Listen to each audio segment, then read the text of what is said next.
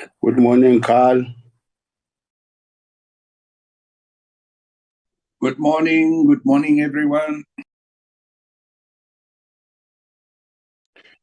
How are you, Comrade Carl?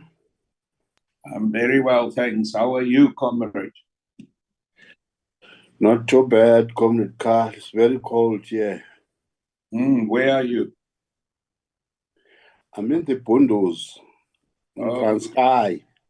Yeah, it's cold. I'm still in Cape Town. It's cold. Are you in Cape Town? Yeah, I'm in Cape Town. Okay. Good morning. Good morning as well. From Cape Town to KZN for our EFF rally there, for Youth Day. Okay.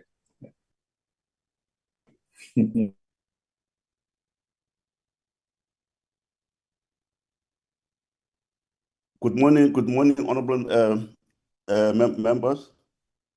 I think good morning, Chair. Yes, it's 9 o'clock. Let's start our meeting. Thank you.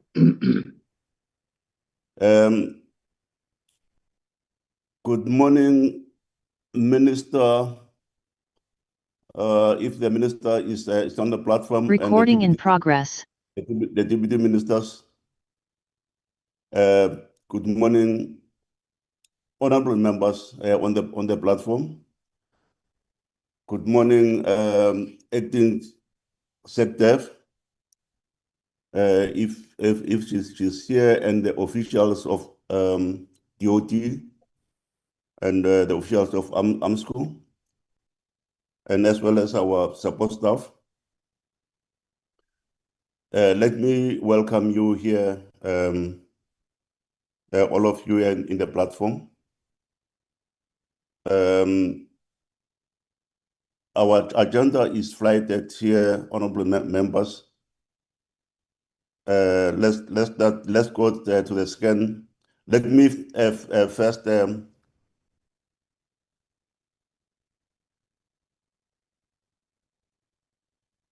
declare this meeting officially open. And let's go to the second item there, which is apologies. Let me give the secretary to give us the apologies. Nandipa. Morning to the co-chairs, to the minister, deputy minister, and honorable members and everyone else in the platform. There's only one apology from Ms. Brett. She was attending a finance meeting, which is physical in Parliament. Thank you, Chair. Thank you, our secretary. Let's then adopt, move for the adoption of the agenda, honorable members. I think the agenda is really clear. There's only the briefing by Armscor on status of the SA, South African Air Force, and the SA Navy maintenance and acquisition contracts. And then we'll go straight to closure. So, thank you, Chair. Without much ado, let's move for the adoption of the agenda. Thank you, Chair. I'm moving for the adoption of the agenda, but I do want to bring to the notice of the meeting the issues that I raised for urgent attention in the last meeting, which we do need to respond to. Those were the death at one military hospital of Warrant Officer Mncube. You will remember that I placed this on the agenda last time and raised my concern about the inadequate response that we received from the Minister of Defense and Military Veterans. Then there was also the improper interference of a police officer with a whistleblower, and that matter was also considered to be urgent. And in addition to that, Chair, I would like to raise my urgent concern about a letter that I have received in terms of an answer in written reply from the minister in the presidency, Minister Ntshavheni, and the totally improper response that we received to the question that I've asked and what it revealed about the Can we be procedural? Order, Chair. of the NACC. Chair, I'm finished. My hand is up, Chairperson. I don't know why there's so much Cannot see confusion. I any hands raised here, issues that I want to honourable be placed on members. the agenda. Can we give honourable member to speak? Then we. I can't see any hands here, honourable members.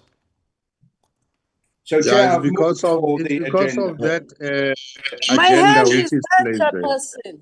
I've long put my hand up. It's Honorable Sokanyile. Honourable Sokanyile, Honourable Carl. Yes, Chair. I've moved for the adoption of the agenda, having raised those issues that stood over from the previous meeting to be dealt with or to be deferred to the next meeting. Thank you, Honourable. Honourable Sokanyile. Thank you very much, Chairperson, for allowing me. Let me greet you. Let me greet the honourable members on the platform and the Minister together with the officials that are here. Honourable Chairperson, I'm seconding the adoption of the agenda, but also, Chair, let us not allow ourselves to deviate from what is per discussion. Because, Chairperson, every time we start our meetings virtually, there will be an addition of things that will appear on the group. Because next time, I want us to discuss what must appear on our group. Because things that appear on our group, we know that there will be a point of departure for the honourable members. Let us not allow things to be discussed now. There are processes that needs to be followed for things to see themselves on the agenda. Thank you. I'm seconding only this issue of the adoption of the agenda. Other things, I'm not part of it. Thank you. Thank you, Honourable Sokanyile. Honourable Noe. No, thank you, Chair. Good morning, Minister and officials and members of the committee and officials. Now, I'm partly covered with what Honourable Sokanyile said. You can't adopt agenda and at the same time make a statement of things which you are not suggesting to be put on the. I think what Honourable Niehaus should have, it's either ask that those matters be placed now on the agenda or they should be deferred rather than elaborating on them. That's why I was saying let us be procedural. There's nothing wrong to say what he said. He could have just suggested we should agree whether they are placed on agenda or we don't, rather than elaborating on them. So there was just inconsistency in terms of how procedure it's supposed to have been followed. So I'm covered, Chair. We can move forward. Thank you, Honourable Noe. There a response on the proposal by Honourable Carl. Can we, Honourable Carl, can we, with due respect, can we place this matter, or can you submit them to the Secretariat so that these matters can be placed in our next meeting for discussion? For now, Thank you, Chair. I accept that. I just wanted to raise them because we agreed that they needed to be dealt with in our previous meeting. But I accept your ruling. Thank you. Please, thanks. Can you forward them to the Secretariat so that they can be in our next agenda? Can we proceed, honourable members? Minister, let's once again welcome our ministers and deputy ministers and the all the officials of the TOT, officials of Armscor. Minister, let's give you an opportunity to introduce the people who are going to present on this subject. Thank you very much. Good morning, Chair, and good morning to yourselves and your co-chair. Also greet the committee and thank them again for inviting us. And let me acknowledge my colleagues and also acknowledge the officials from the department. Chair, I won't take time and say anything else except for thanking you for the opportunity. And we will, the team is supposed to be led by Usek Dev. She would have requested her team, her colleagues to leave, and they know who's supposed to leave, but mainly the process is going to be led by Armscor as per the agenda. So, Chair, I want to really request Armscor, the CEO, Babumbada, to introduce your team and then get them to present one after the other. I think there are 3 presenters that are going to be on to give the report. So let me thank you very much, Chair, and thank the opportunity to come and speak to yourselves. So thank you, Chair. Thank you very much, Minister. Armscor. Thank you. Good morning. Good morning, Chair. Good morning, Minister, Deputy Ministers, members of the committee, board members of Armscor, colleagues from both Armscor and the DoD. Chair, our presentation, as the Minister has indicated, is in 3 parts. We will cover the work of the Dockyard and then proceed with the Naval, which is still a Navy acquisition contract. They will be giving the status. And then we'll conclude with a presentation looking at the Air Force maintenance contracts. The 3 presenters, Chair, I'd like to take this opportunity to introduce them. Is Mr. Justice Ramapopova, who will deal with the Dockyard presentation. He's the acting executive manager at the Dockyard, and followed by Ms. Petunia Libese, who will deal with the Naval acquisition contracts. And the last presenter will be Ms. Seletane Fulu, who will then deal with the Air Force contracts. In that order, Chair, I'll hand over to, with your permission, to Mr. Justice Ramapopova. Thank you.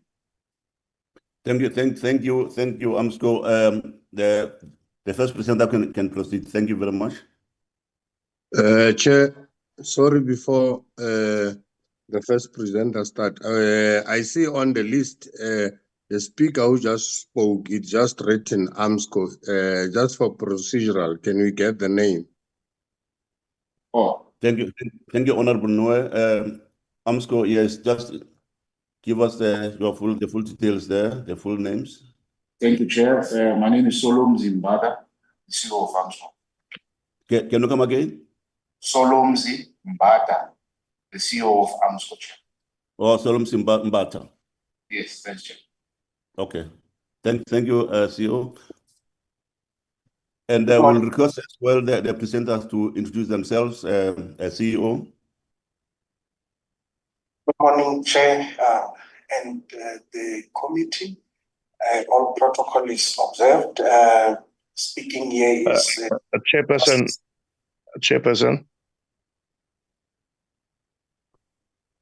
Honorable Hercules. Yeah, my hand is up. Unfortunately, I apologize for interrupting. Good morning, Chairperson, ministers, and colleagues.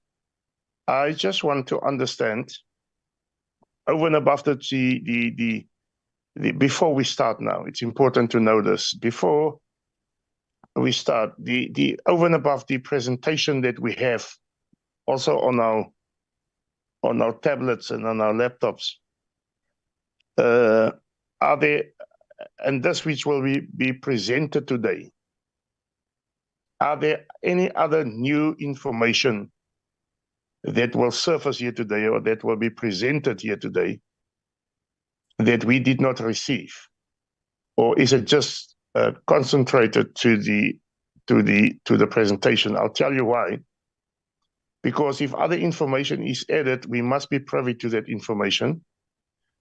And if we are caught by surprise, then it's going to be a problem if other information will be presented and we were not privy to this. So I just want to understand this, Chairperson, if you can assist me there. Thank you, Honorable Herrick. I think the presentation has been submitted to all of us to go through it in order for the department to present, and when they present, I think we must just make a follow-up on their presentation. And if there's any matter of clarity, please, you will have time to discuss about those things. So let's give the presenters time. No, Chair, I think you misunderstand me. I'm asking if there's any other new information that will be added to this presentation. Now, there's a reason for this. If there's any other information that will be added that's not on this presentation and that's confidential for that matter, then we have heard you.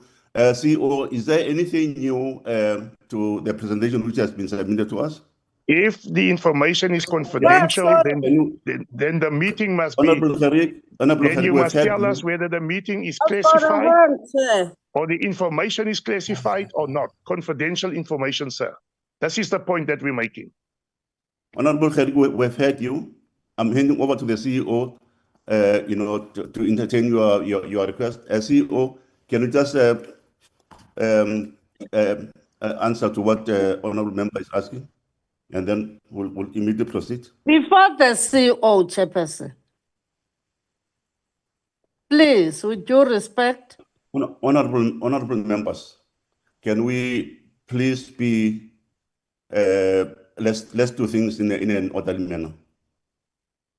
Otherwise, we will just keep on. Can we give the CEO a chance to speak about this? And we proceed with our presentation. So sorry, honorable member. CEO, can you just answer the question of honorable Kharik? Thank you, Chair. There's only one slide, Chair, that deals with the challenges as we see things, our Armscor as well as the Navy, and also looking at what are the resolutions. It's literally for challenges that we are listing on that slide, and that's all. Thank you, CEO Mbata. Chair, I've got my hand up. No, honorable members. No, Chair, on a point of order. Sorry, honorable members. Can we proceed with the meeting? Can we please proceed with the meeting? Can we be orderly, please? Chair, I'm perfectly ordered. I'm raising a point of order. My point of order is as follows. My colleague is correct. I've not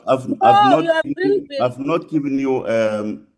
Chair, are you going to chair again in the way that I treated last time to raise a complaint against you? Can you please be orderly, honorable Nihas? Can you please? Are you going to give me a chance for a point of order or no, Chair? No, I'm not going to give you that opportunity. Chair, I object. I have the right to raise a point of order. The rules of the National Assembly apply also to meetings of standing and portfolio committees. The rules of Parliament apply. If I say I want to raise a point of order, you as the Chair must entertain that point of order, Chair.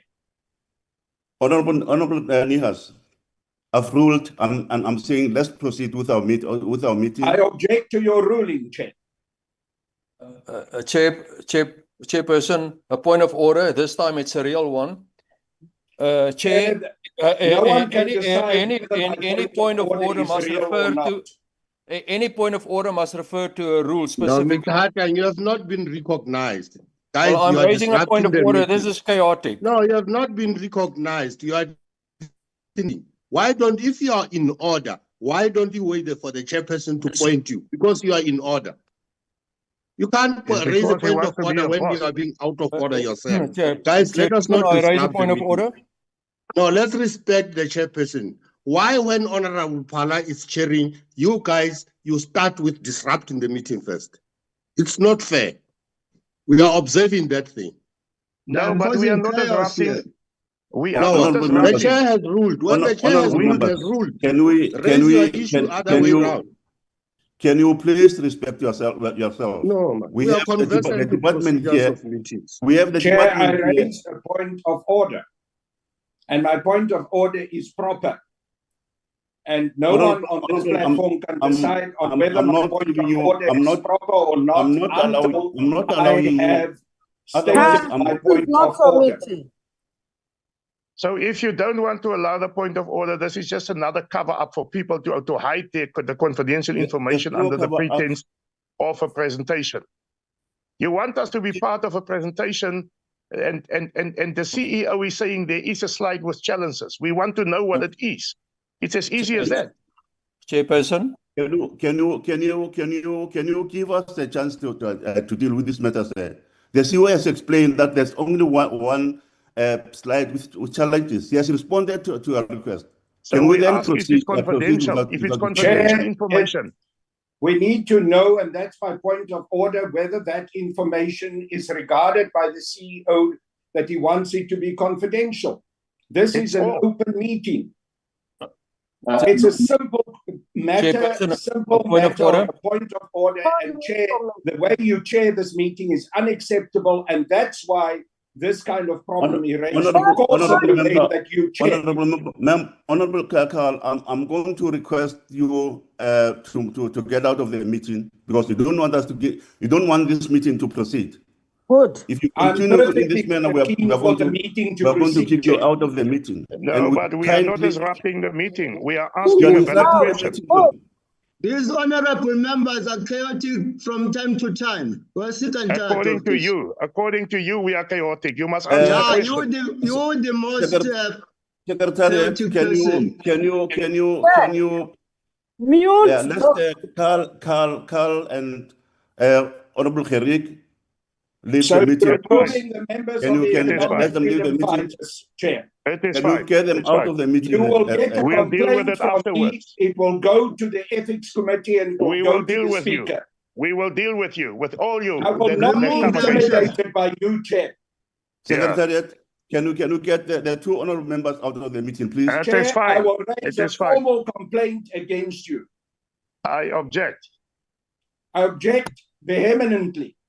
Can we proceed, The honorable treatment is members? unacceptable. You are chairing poorly. You are incompetent as a chair. You do not What is the understand reason why do you rules eject us from the of meeting? Parliament. You do not apply those rules. That is why the meeting is deteriorating. We asked a very The important meeting is question, Chair. deteriorating because That you don't want to question is listen. relevant. This is an The embarrassment. chair of Armscor said Can there's you- a can you slide stop- with challenges. We wanted to Secretariat, know, can you is get that Carl? Can you slide get that Carl they and want to be Carl out of the restricted? meeting, You please? are acting Can you get the two unacceptably, honorable Chair. members out of the meeting? Can you? Can you get the two members out of the meeting? Let's proceed to the presentation, honorable member. CEO, let's proceed to the meeting. Thank you, Chair. Thank you, Chair. I will take us through the dockyard. The first slide that we are looking at is just an overview of the dockyard's mandate, which is the provision of third line maintenance to the SA Navy, focusing on planned maintenance. That is where we've got what we term as duty and refits. And then we also have corrective maintenance, where we're looking at the items that break down and unplanned maintenance, basically.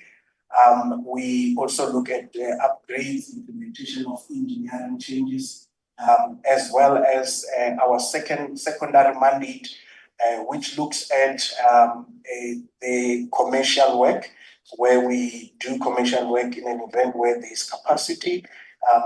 This, for now, we've really been just looking at dockings, but not ship repair in as far as the commercial is concerned.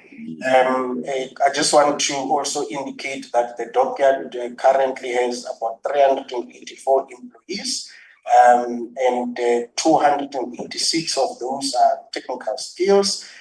We currently also have running an apprentice program, where we are looking at apprentices qualifying to be artisans. We've got 19. We are hosting from False Bay. We also have 25 who are from the military veterans. I will then go to the next slide, which looks at the high-level capabilities that you find within the dockyard. I will zoom into some where there are some challenges and talk to some of those as well as I introduce them. We've got the maintenance, repair, and overall capability. And then we also have the manufacturing capability. That's where we have got subtractive manufacturing, where we are machining items. We also have a non-ferrous foundry where we cast items like propellers and some of the impellers.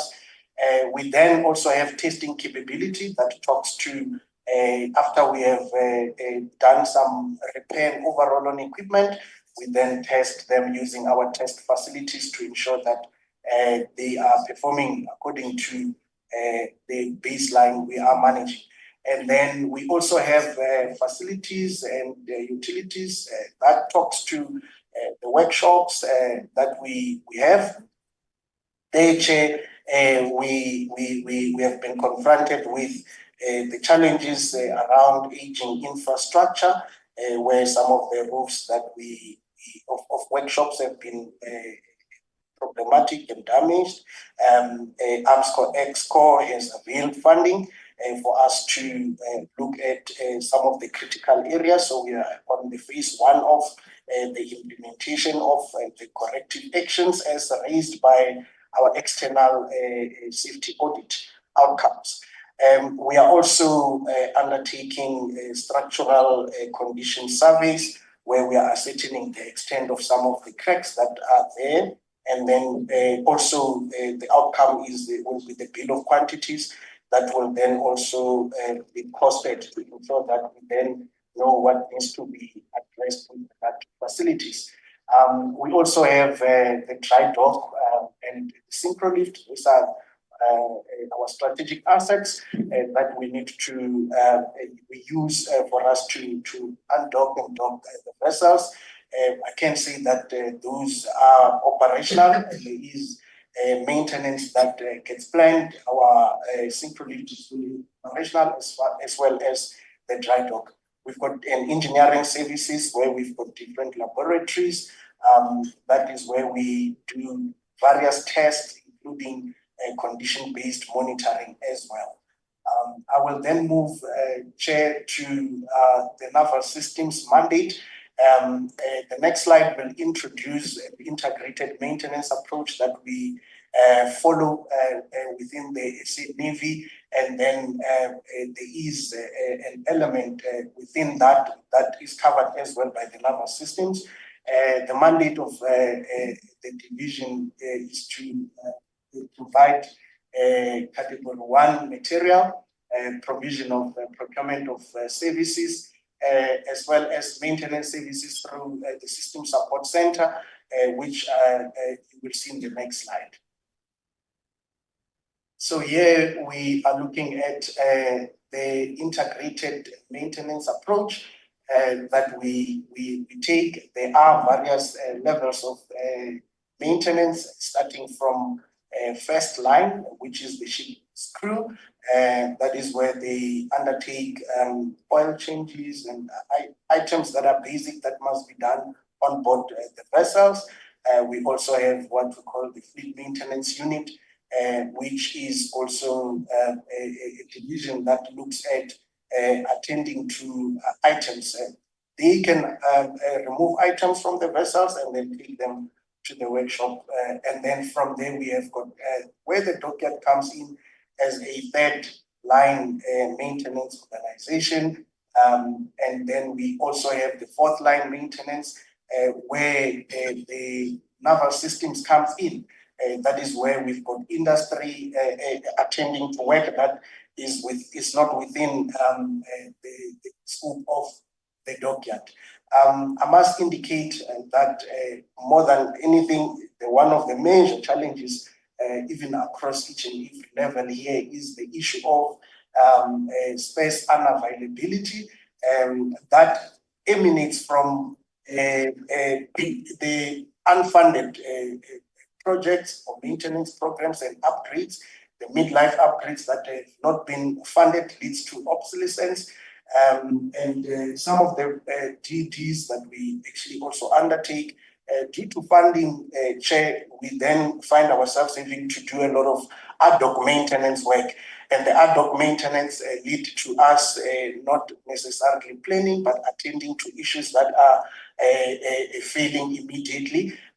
The impact there is that we need to identify the spares and begin the procurement processes. Without enough funding, then we don't have what we call project reserves, which is the long lead items that we need to effect maintenance. That also has another implication, especially on capacity mapping. If you would recall, I did indicate that we've got about 286 technical skills, which is not sufficient to support the maintenance upkeep program of the SA Navy. So with conducting a lot of ad hoc work, unplanned work, it presents a challenge in terms of capacity planning. So the DD that I'm referring to is basically what you would say a half overall of the system. We do also are supported by other enablers, and that is the Naval Engineering section as the design authority. We've got the systems managers, we've got maintenance technical upkeep section, who then coordinates to ensure that this integrated maintenance approach delivers. Within the Dockyard, Chair, we've got two major projects that we'll be reporting on. I will then start with the Isandlwana project. The Isandlwana project is being executed in Durban. The project start date is 6th of May. And the project end date or contract is the 30th of March 2026. I will just talk just around the milestones. The project started slowly. There has been some challenges in the start of the project, where the project experienced some of the teething challenges. This led to us revising the project execution methodology, so that we can then be in a position where we fast track the progress. And we must confirm that after that revision, we have then seen the project gaining momentum. There's been delays in terms of adhering to the milestones, with one of the critical milestones being the dry dock works, whereby this is now moved to the 28th of July. The contractor has given us a plan with regard to activities that are happening between now and then. I must indicate, Chair, that while we're dealing with the challenges of this particular project, we have had meetings as well with the Armscor CEO, and the Chief of the Navy, where we looked at some of these challenges and then looked at what would be the way forward. We have a feedback session that would also be happening at the end of June, looking at where the project is. I can say that at this stage, Chair, that 24% of the work is in progress. We have about 1,000 job cards that are approved for execution. And the contractor has also given us a projection in terms of the dry dock works to say by end of August, about 52% of the work would be completed.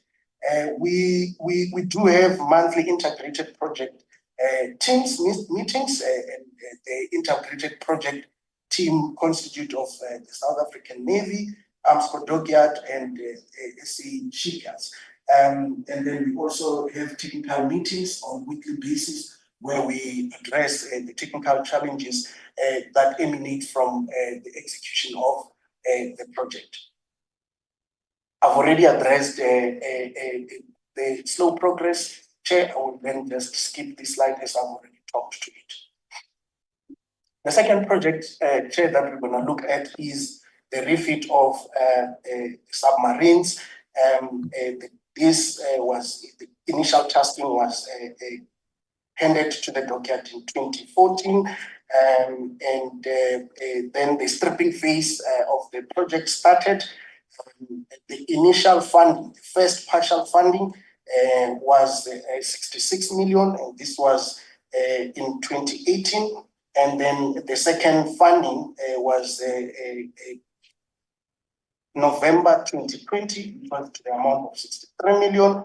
And then the third partial funding was March 2021, which was 100 million. And then the fourth partial funding was again November 2021, which was 89 million. So the project is funded with 318 million to date. I must indicate, Chair, that to date, space that we have procured since then is over to the amount of about 93 million. During this period, Chair, there was a period where there was a consideration of collaborating with the Indian Navy, and this did not become successful. The strategy was then revised to ensure that we then have local participation as well in terms of the refit. However, the market did indicate when we went out that there is limited capability within South Africa in as far as addressing the submarine requirements. So that became evident through the bids that we went out that were not successful due to the shortfall in terms of the capability. Currently, this project is at adjudication phase, so we are at final stages of placing this particular contract. I will then hand over to Ms. Libisi, who will then deal with numbers. Thank you, Ms. Libisi. You can proceed. Good morning, members of the committee. I will write on the protocol that the CEO has already defined. Chair, my name is Petunia Libisi. I'm the Divisional Head Naval Systems. I'm merely responsible for capital projects, acquisition of systems, as well as maintenance and support through what has already been presented as the System Support Center, and also do procurement on behalf of the South African Navy. And in terms of my counterparts from the Navy side, I mainly deal with Director Naval Acquisition or acquisition projects, which I will present 2 of them that are currently funded. I've got a number of them that have been registered but not funded. And on the fleet side, with regards to maintenance activities as well as procurement, I would mainly be dealing with a Director of Fleet Logistics.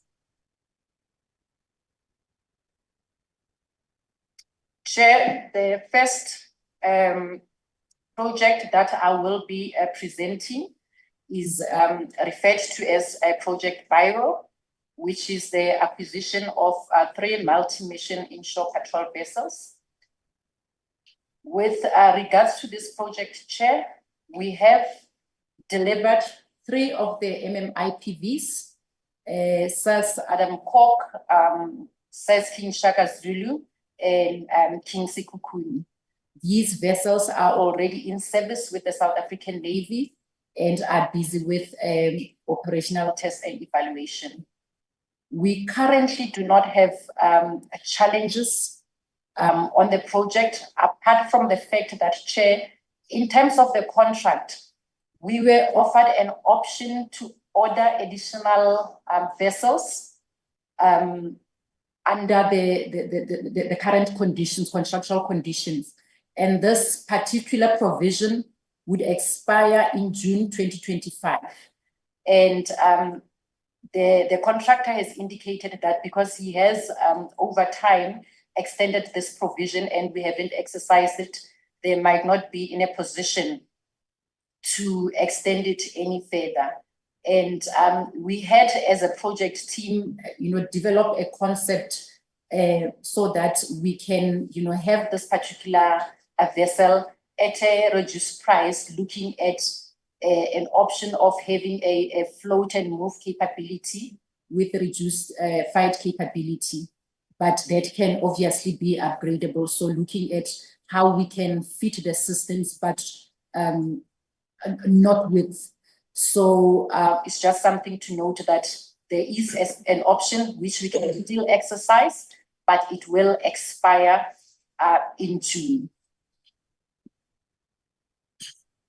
So looking at the financials of the project, we were funded up to 3.8 billion, of which we have paid 3.5 to date, and we still have a bit of available funding that is mainly used for space provision and the running of the interim support services. Chair, on Project Biro, just for the committee to note that we had both the inshore patrol vessels requirement as well as the offshore patrol vessels, but due to funding constraints, the offshore patrol vessels were cancelled.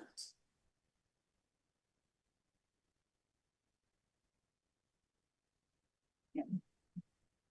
Chair, the next project that we have is Project Hotel, which is the replacement project for SAS Protea, which provides the Navy with hydrographic capability. Chair, with regards to this project, we have currently completed 3 survey motorboats, a seaboat, as well as the upgrade of the hydrographic office. However, we ran into serious challenges on the project, which are impacting on the schedule. So we have delivered one of the survey motorboats to the South African Navy, and they are being used for OT&E activities. And the other 2 survey motorboats, as well as the seaboats, are placed in preservation and would then be delivered once the main vessel, the HSV, is delivered to the Navy. There is a number of risks that have been identified, Chair, and these have been defined as financial risks, contractual risks, technical risks, as well as schedule risks. Chair, you would note that we are running into delays due to a number of issues, force majeure events that occurred, including your COVID-19, the KZN flooding. There was a strike in Croatia where some of the systems were coming from. So there were a number of force majeure events that led to the delays. But up and above that, Chair, there were some contractual risks involving disputes between the subcontractor and the main contractor due to cash flow issues. And those disputes as well affected the delivery date of the contract. And I've highlighted the schedule risks there, Chair, and as well as technical risks that we might encounter when we go into integration. But I'll also have to indicate that we currently have received a project execution plan, which is a recovery schedule that the main contractor has put on the table for Armscor review in terms of how the project will be recovered going forward. So we are still in the process of reviewing that particular PEP. And once we've got a costed PEP, it will be submitted to the Armscor board for consideration. And it is to be noted that due to all these that were happening, this might have an impact on the finances, as the funding might not be adequate to conclude the project. Therefore, meaning that if you look at the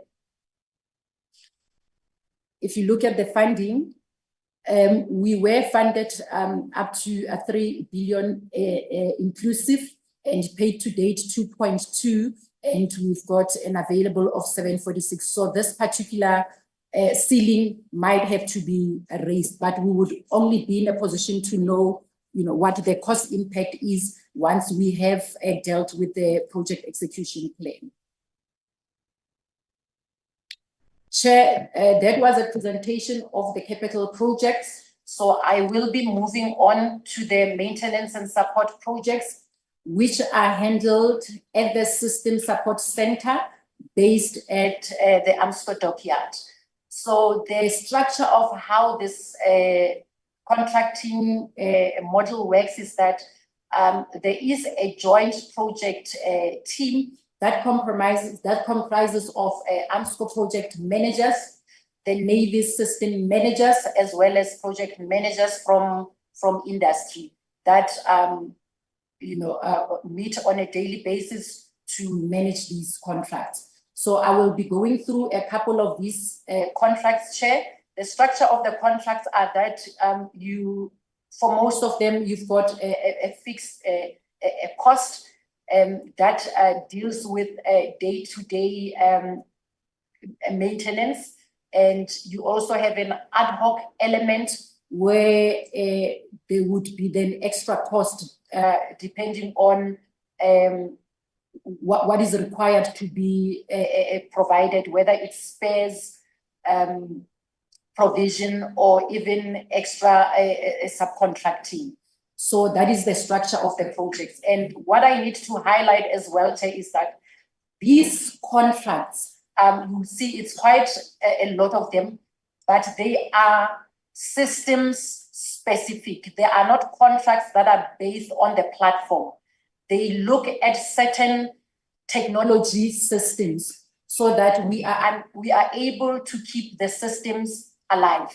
And you would appreciate that due to some of the projects, capital projects like your Project Sign, which is the mid-life upgrade of the frigates, Project Napoleon, which is the mid-life upgrades for the submarines, those projects are currently not funded.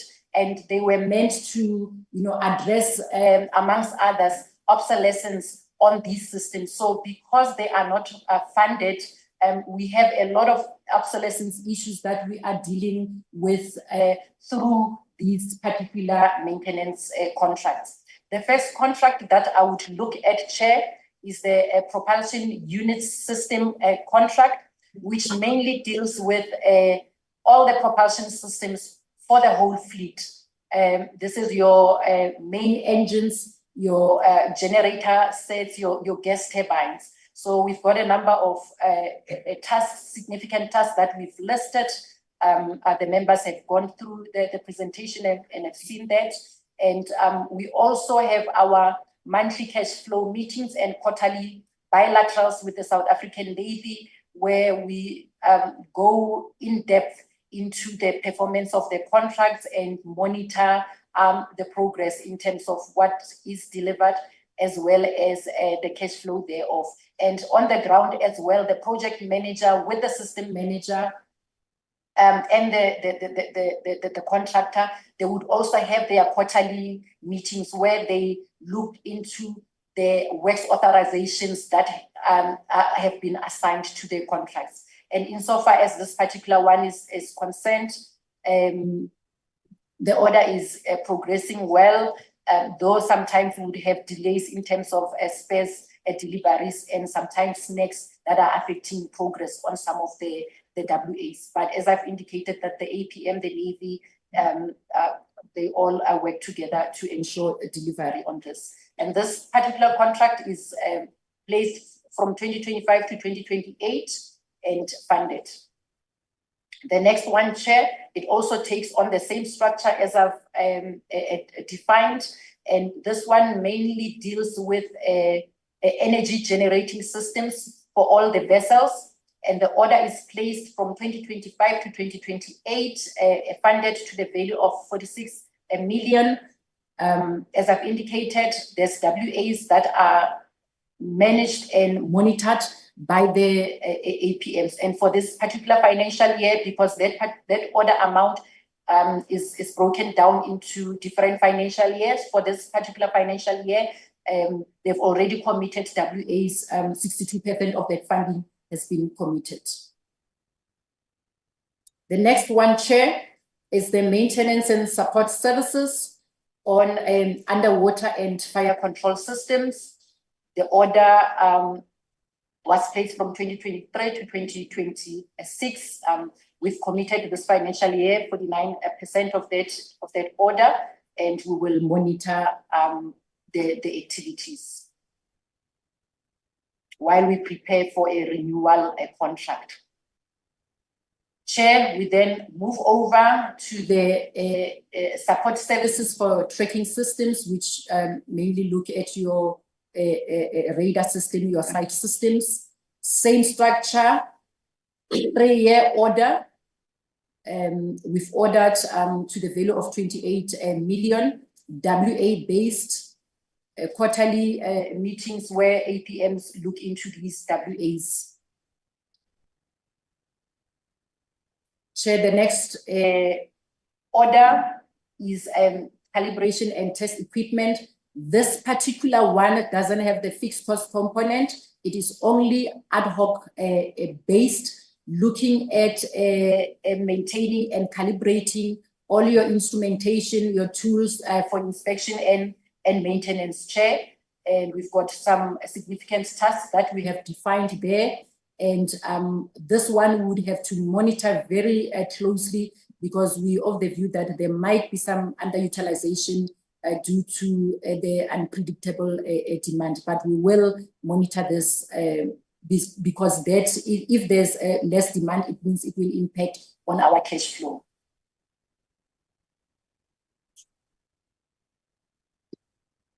We move on to the interior and exterior communication systems order, Chair. This particular order has been in inception since 2021, and we had a number of challenges with regards to the renewal contract, because normally when we contract these are 3-year contracts. So we had a number of challenges with regards to the renewal of this contract, where we had a number of failed RFPs, but we of the view that by August 2025, we would have placed a new order.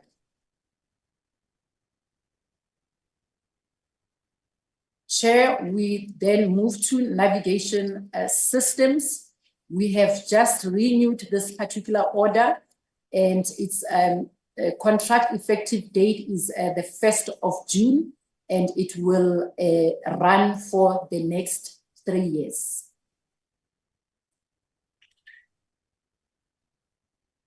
We look into the frigate combat management system. There is an order in place, Chair, and we are also indicating that this is one of those orders where it is extremely impacted by obsolescence, and what we're doing is managing this obsolescence by looking at alternatives where we can either by repair or by buying out a space.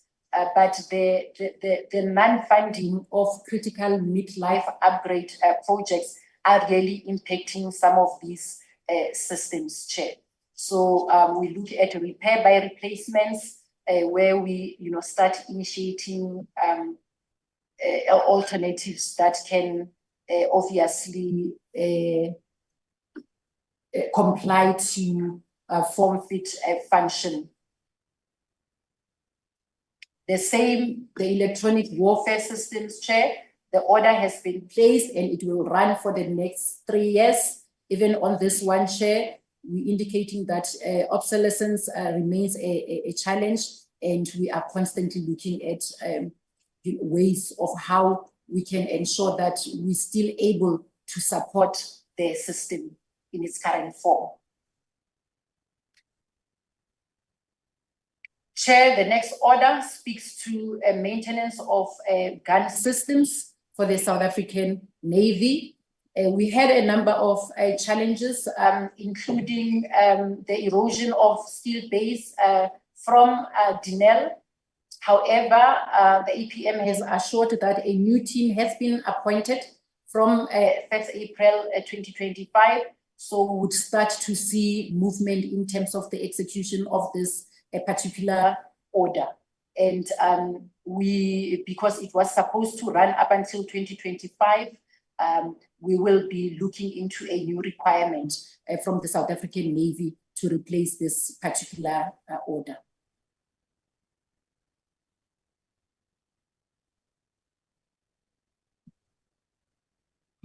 The next order, Chair, deals with the Umkhonto missiles. This one is it's a planned scheduled maintenance coupled with minor corrective maintenance on the missiles.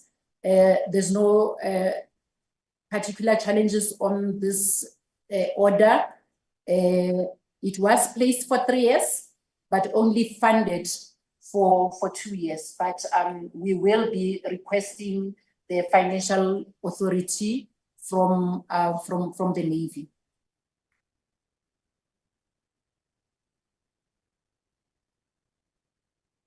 One big.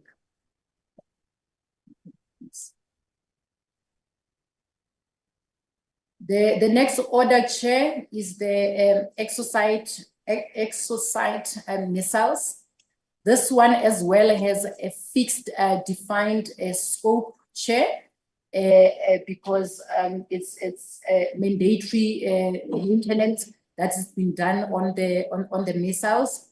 However, one of the things to note is that this missile will approach obsolescence during 2031, and would have to then start looking into options of upgrade or replacement, which obviously would have a significant financial impact. But the order is progressing well. We also have an order, Chair, that is placed for doing classification services on the submarines. This is to ensure that the submarines are surveyed so that they can remain in class.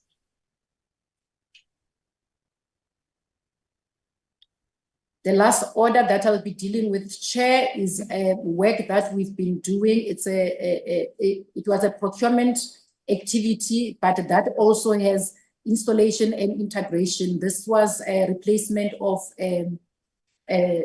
aircon systems that we refer to as chiller plants on board the SAS Drakensberg.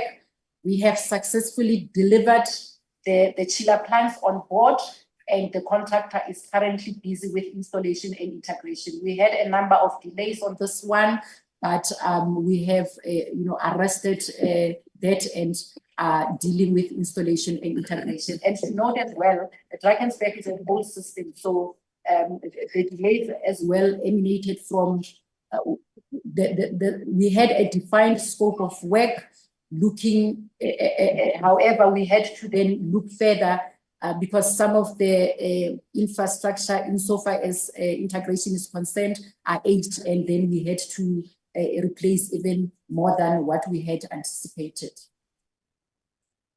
And Chair, my last slide, this is the slide that the CEO was referring to that was added to the presentation.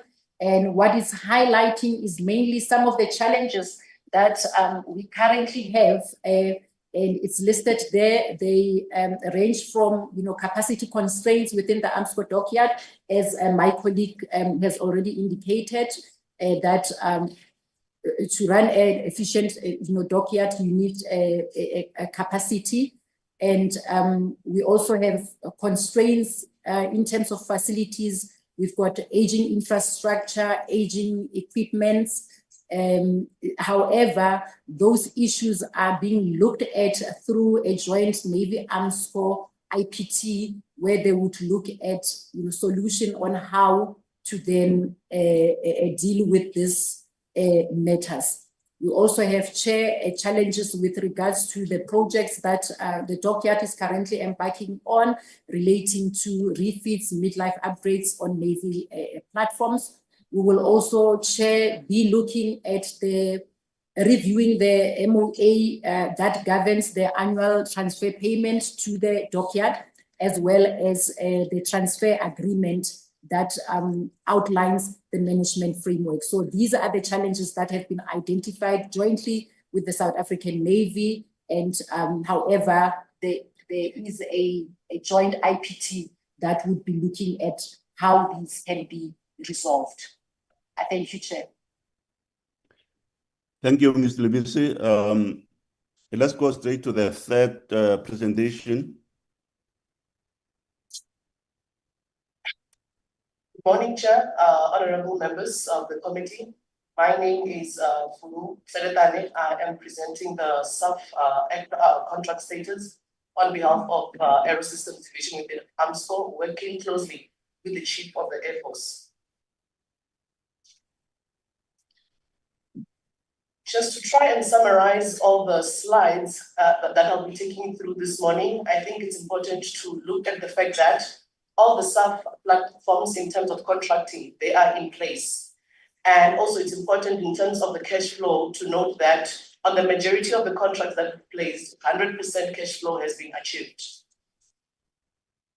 I think this is one of the major challenges, Chair, and this is what I would like to draw everyone's attention. There's a shortfall of approximately 7.7 billion rands to fund the current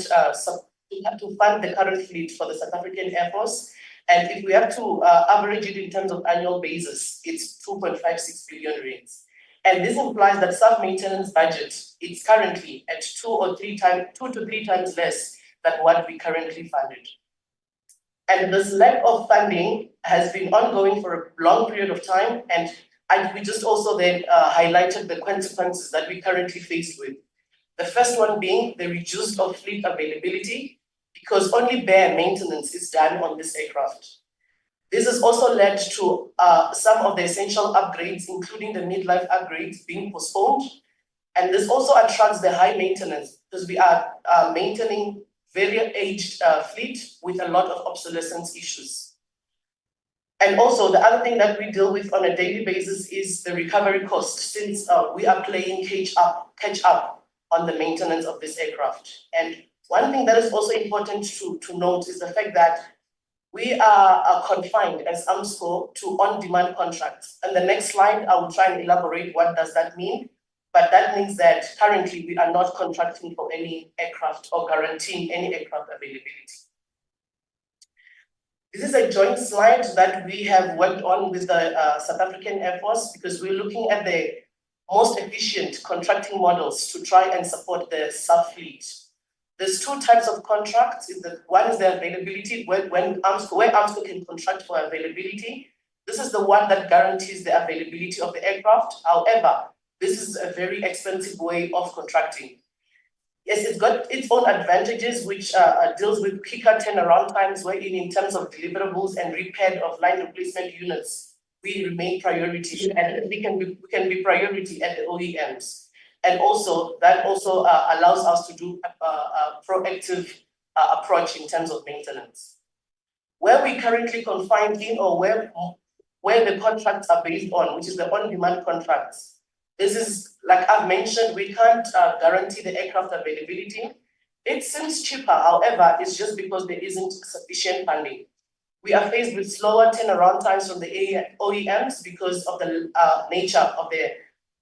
ad hoc nature of the contract. And then this then attracts the reactive approach, wherein we only fix when it's broken. This slide is just a dashboard to, again, reiterate the fact that all the contracts are placed in terms of the maintenance of the contract within Armscor. However, I think it's also important to mention that placing of the contract does not necessarily translate to the availability of the fleet. And also where it's green, this dashboard shows where it's green, this is the contracts that are active. Where it's orange, it's where the contracts are ending within a year. However, there's already a process within Armscor to try and get the contract in place to avoid any contract gaps. This slide is on the airframe level. The next slide is also on the support level, because we have contracts that are not necessarily supporting a fleet, but they are supporting a capability within an Air Force, or within the Air Force. All those contracts are currently in place. Then the next part of the presentation is where I'll be going through each platform, and the platforms are grouped in accordance to their capability, being the helicopters, the combat systems, the VVIP, and the transport. The first one I'm going to take you through this morning is the VVIP fleet, where this is one of the most important aircraft, which is the presidential, which offers the transport for the president. This contract was placed in July 2023, and it's only ending next year, June 2026. This contract was placed with two entities. One is the Jet Aviation in Switzerland, where this is the design authority for the interior of the aircraft. And we also have a local support to make sure that all the agent issues are dealt with quickly. But what I would like to highlight is that what we need in terms of the requirement to sufficiently maintain the BBJ, it's about 500 million rands, and currently we are sitting with a shortfall of 414 million rands. Also, before I go to the next slide, you will see in each and every slide that we've highlighted the SAF capabilities, because there are capabilities within the SAF to maintain the aircraft, and Armscor comes in to supplement that capability. And that's when you'll see the contractors and also the responsibilities for the contractor. This goes all throughout the slides. In terms of the challenges that we are currently faced on the BBJ is that there's an upcoming 4-yearly maintenance. This happens every 4 years. It's a maintenance that results in the downtime for the aircraft for about 3 months. However, we can confirm as Armscor that the Air Force and ourselves are trying to source funds to make sure that the C-check is well funded. And also in terms of the scope of work, it has been finalized to make sure that there's smoothness and there's no further delays in getting the aircraft out. Just to highlight one major consequence in terms of not having sufficient funding is the fact that the BBJ was supposed to go for an interior upgrade over the period of this 3 years contracting. However, that is not going to happen due to lack of funding. Moving on to the next platform within the VVIP, this is the Falcon fleet. It's comprised of 3 aircraft, 1 Falcon 900 that is used by the Deputy President and 2 Falcon 50s. This contract is with ExecuJet. The contractor is very familiar with the system. They've been working with on this system for over many years. The major challenge again here is funding. And that talks to the fact that there's a C-check again for the Falcon fleet that happens on a 3-yearly basis. That is still not funded and it's due to happen towards the end of this year. And again, lack of funding for the Falcon fleet results in an availability of the aircraft for VVIP transport. Moving on to the transport fleet, the first one is the C-130. This is our medium transport capability. It's a fleet of 5 aircraft. It's split into 2 contracts. The first one is the product support services that is currently with Denel Dynamics. The contract was placed, Denel Aeronautics. This contract was placed in 2023 and it's ending at the end of this year. However, we're already in process to get the new contract in place. Just looking at the challenges that we face with on the C-130 product support contract, again, it's funding, but maybe it's important to note that about 70% of what is funded on this contract is for the fixed cost. And this is to support the 23 men that are at Denel Aeronautics from 8 to 5 every day to support the fleet. There's currently 2 C-130s that are serviced. However, the mission is limited to only South Africa, and that is because there's one component, the communication audio management unit, which is the heart of the C-130, that is currently due for repair. And there was a delay in placing the Thales support contract, which then impacted the serviceability of that item. However, talking to the APM, we are trying to push, by all means to make sure that the CAMUs are serviceable, because at least we'll get these 2 C-130s back to service. Just looking at the consequence of not having funding for the C-130 is the limitation on transport capability. We're in now taking the troops, transporting the troops and also delivering the equipment and resources that they might require. The second contract that was placed with the C-130, this had to deal with the modification of the ADSB, that's the automatic dependent surveillance. ADS-B out. This is mainly on the GPS satellite, so it's a communication for the aircraft. And this was done to comply with the airworthiness regulation. Otherwise, we were not allowed to fly. This contract here was placed with National Aerospace in the UK, and that is because they are the design authority for the avionics. And also to reduce downtime, the decision was made to say, while the modification is ongoing, we'll also deal with the servicing of the aircraft so that the time this tail number comes back, it is fully serviceable. In terms of the progress on this modification, we are on track. We just completed the critical design review early this year. And in terms of the servicing, if we can just average the progress, I would say we're sitting at about 78%. And towards by the end of this year, the aircraft will be back. The next platform in terms of transport is the CASA. This is one of the very old fleet. We have a fleet of 3. In terms of funding, there's a shortfall of 23 million rands. The contractor is Airbus. In terms of performance, the contractor is delivering. However, we also have 2 aircraft that had accidents and they are due for recovery. We are planning to get at least 1 completed and out of service by the end of July. This contract ends towards the end of this year, but Armscor is already in process to get the new contract in place. And again, consequence for not funding this platform, it has to do with the transportation or providing transportation to DoD in terms of troops and resources. The next platform is the King Air, which is a fleet of 4. That is also with Execujet, which is a good contractor in terms of performance. And we are also currently faced with a major shortfall in terms of funding. At the commencement of this contract, we managed to get the 2 King Airs back into service. However, there's one now that just recently had an accident and the investigation is ongoing. They can see from there. Okay. The next platform is the Cessna Caravan. This we had a challenge in placing this contract. There was a delay in placing this contract due to fail RFB request for bids. However, we managed to place the contract towards the end of last year, and we are hoping to bring at least 2 caravans by the end of this month.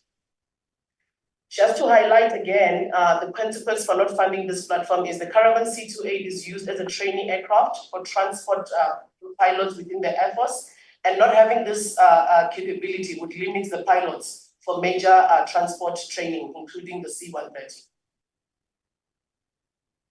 The next platform is the PC-12. This is dedicated for the Chief of the South African National Defence Force. It's with the contract is with the Pilates Center South Africa. They are also performing well in terms of delivering spares and services. And the aircraft is currently in for the annual service, and we are also planning to do the avionics upgrade that will be completed at the end of the next quarter.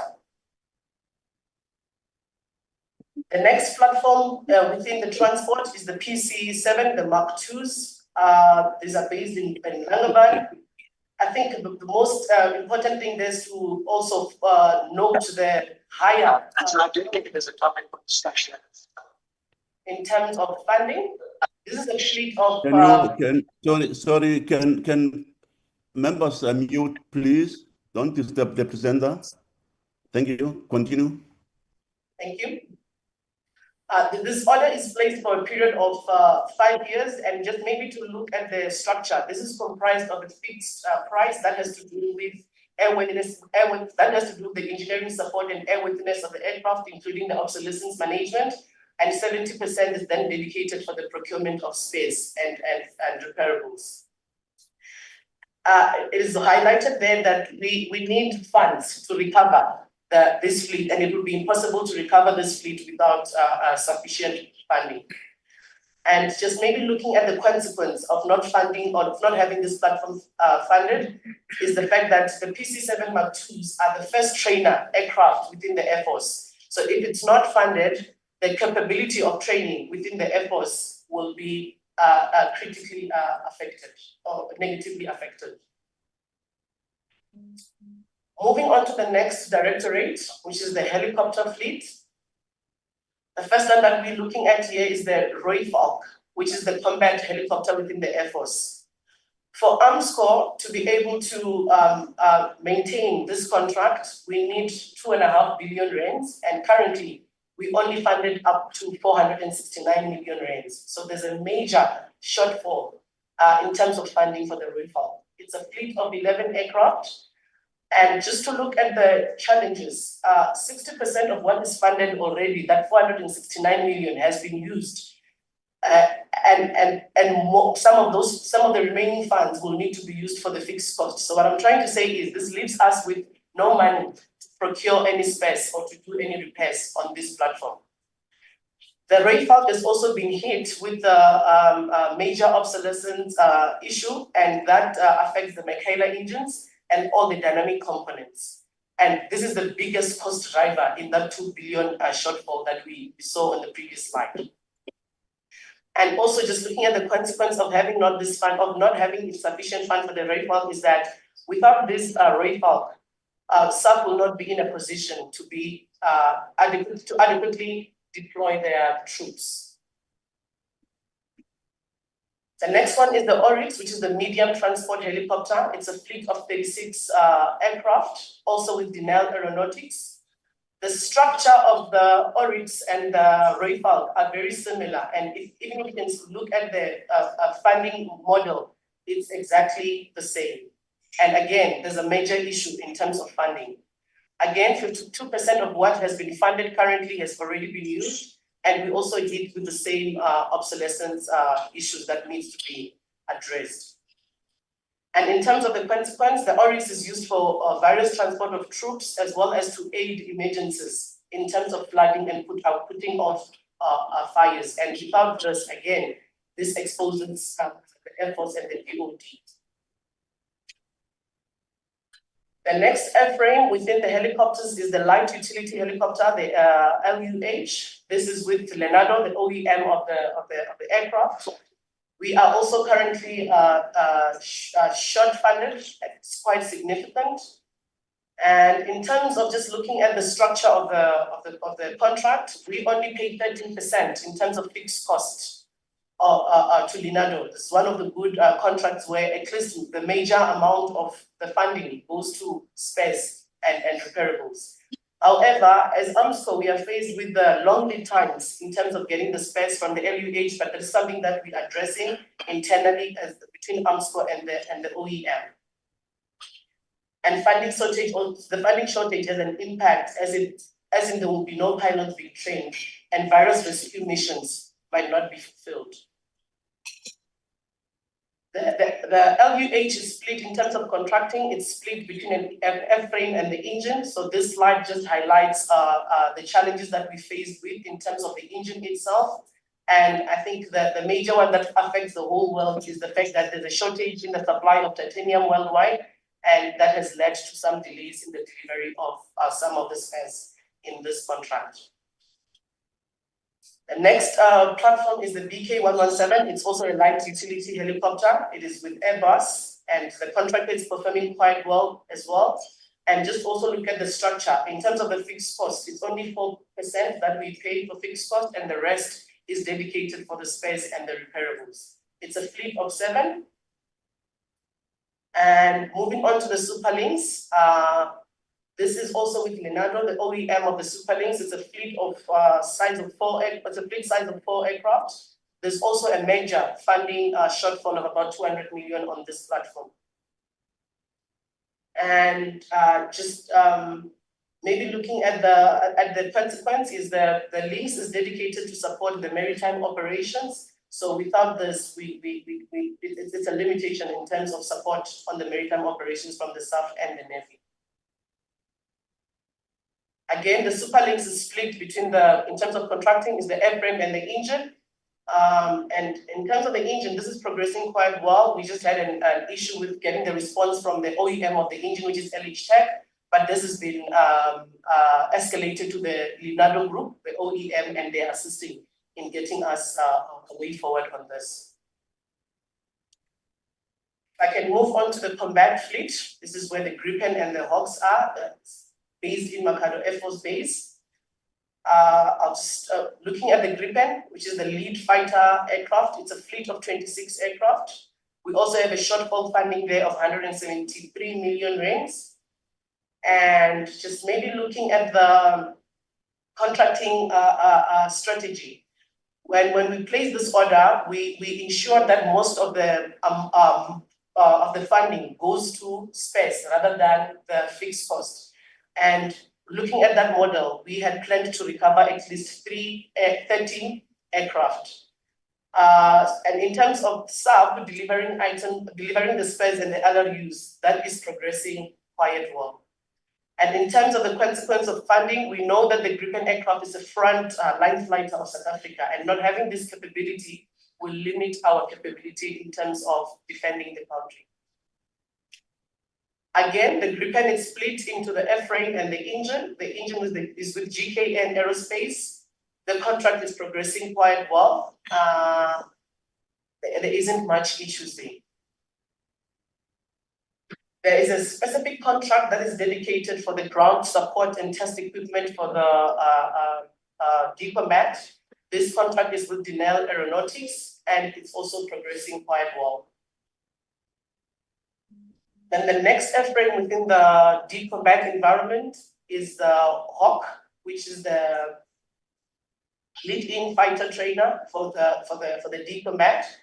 This is it's a fairly newly contract that was placed last year in November. It's progressing quite well. We just also still faced with a shortfall of funding of 154 million, but we're hoping, since it's a very new contract, within the period of 3 years, this would be fully funded.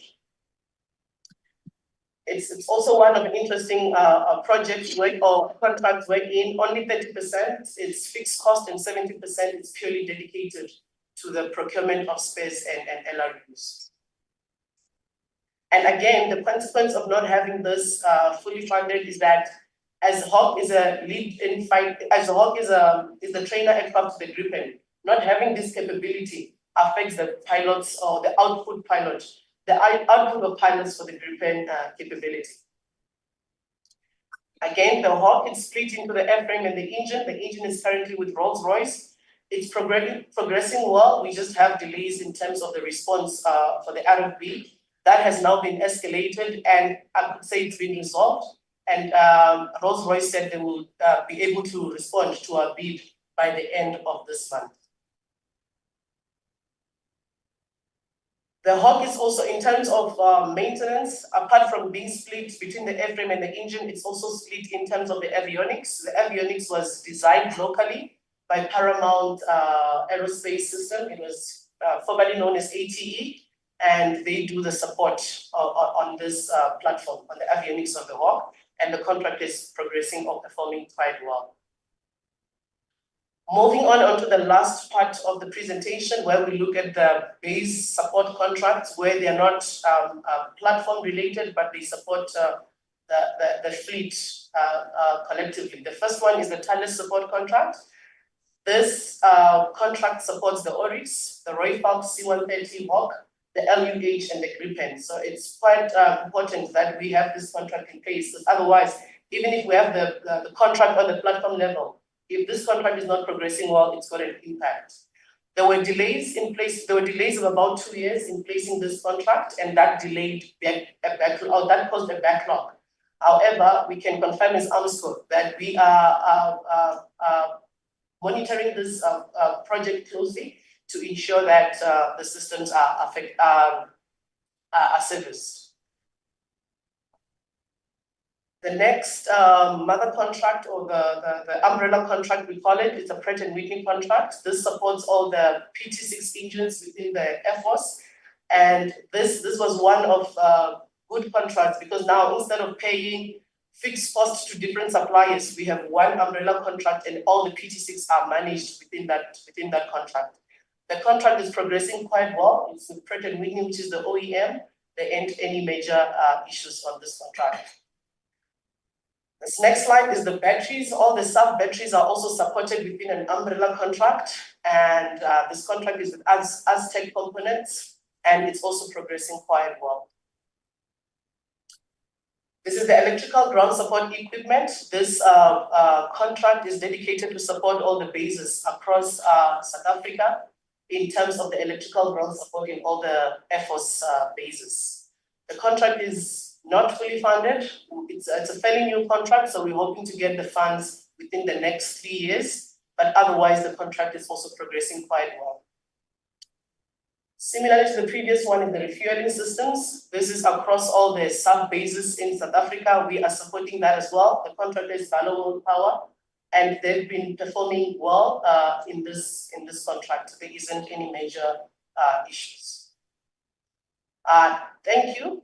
And just maybe to conclude is what we want to point out as Armscor is in terms of the subcontracts, the major challenge is funding.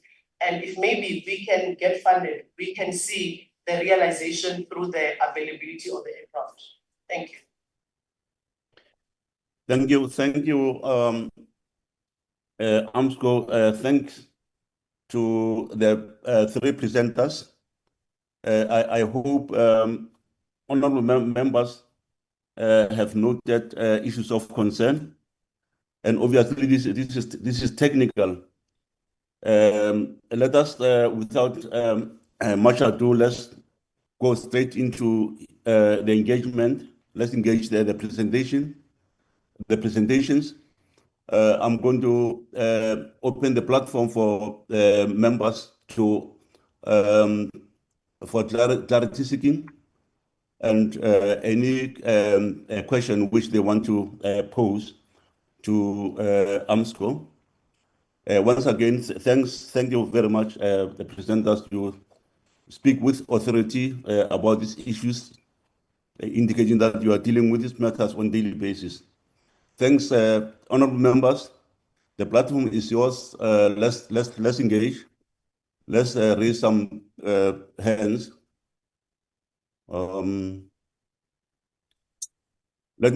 start with Honorable Noe, Honorable Kotzel, followed by Honorable Sokanyile. Let's start with you, Honorable Noe. Thank you very much, Chairperson. Thanks to the Minister, Deputy Minister, and all the officials of Armscor present here, and all members of the committee. Chairperson, I would like just to start where we started the meeting, which unfortunately almost disrupted the meeting. That last slide, which almost disrupted the meeting, it might not be dealt with now, but I think it is important, Chair, for the committee to know when was that slide added, whether we served with it first before this meeting, because truly speaking, I could not understand why members would preempt and added information and wanted to hold the meeting on that thing. But I think the committee needs to be appraised fully about that information. Of course, with that question which was being asked, whether that slide about anything about it, whether it is confidential or not, so that it doesn't just left hanged. It's unfortunate that members handle it so badly. And then my second issue, Chair, I want to make a request that on the slide which has got diagrams, I want to request that after the meeting, those issues that are on that diagram slide, I think there needs to be information under each of it, rather than information coming up just speaking to the slide, because however, I don't know whether the secretary will be able to record everything else that was said in terms of the pieces of that slide. If not, I will request that we should be further on provided with a written information that speak to that slide. And then number 3, Chair, I just want to check from the CEO. On the first presentation that deals with projects, I see there it's a long-term project kind, and it seems the reason for the that they take such a long time to be attended to, the refit. It's a question of orders for the parts that needs to be used. Now, I want to link it with the procurement section, whether there is no system that ensures that we have got contractors that are ready whenever a refit has got to be executed, then we know that we can access deliveries of equipment quicker, because it is only when a refit has got to be executed, we start with ordering, and that costs us a long-term kind of project. So I just wanted an explanation. How does the system work within Armscor as far as that is concerned, Chair? And then the issue of funding, Chair, is central to the whole presentation. I would like to make a proposal, Chair, really without laboring it on many aspects that has been presented, whether we can have a session where perhaps a minister will give account on all this lack of funding and its impact, especially if you look at Roy Falk. I got a shock of myself when that part was presented, Chair.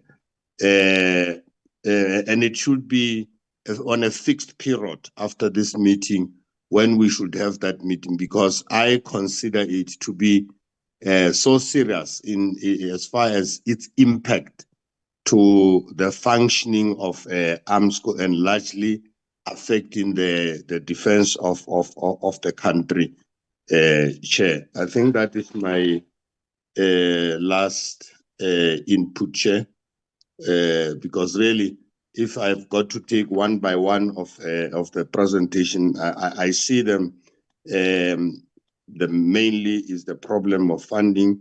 However, we are delighted to have this inside information, Chair. Very important going forward, Chairperson.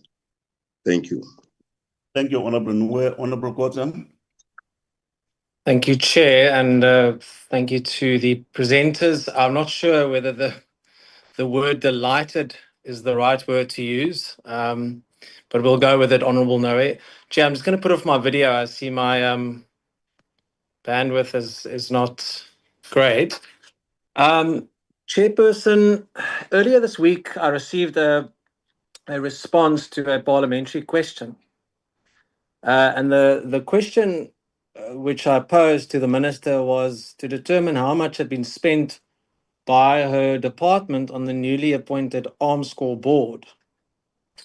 Now, that reply confirmed that over 10.8 million rand was spent since the board's appointment, which I think was at the end of 2024, not on operational capabilities or readiness, but spent on board meetings, that was 4 million rand, on conferences, that was 2.6 million rand, and over 3.3 million rand on committee visits, exhibitions, and overseas engagements. Now, this level of expenditure might suggest a thriving defense apparatus, but what we've seen here today rather points to a crisis. Now, it is reported that there's a shortfall of 7.7 billion rand for the Air Force. And we're told about grounded aircraft, failing fleets, etc. I mean, the contradiction is just staggering, and it's really very worrying. And I don't think we can accept a scenario where lavish boardroom spending is tolerated, while our aircraft are on the verge of being mothballed, and our Roy Falks and Oryx fleet is barely operational.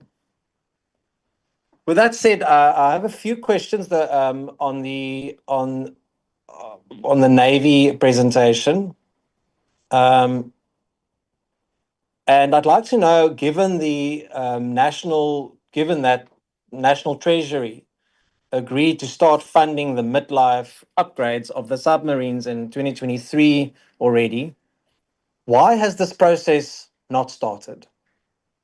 How many requests for bids has been issued for the submarine refits, and has it been re-advertised?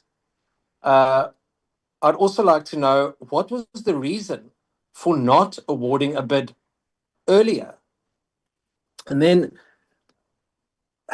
an important question, I think, is whether there are capabilities in South Africa to do a full submarine refit. And I think that the committee really has to understand that and be given a very honest answer about that. And then, given the delays, the question is whether Armscor should not rather consider approaching the original equipment manufacturers for the refits.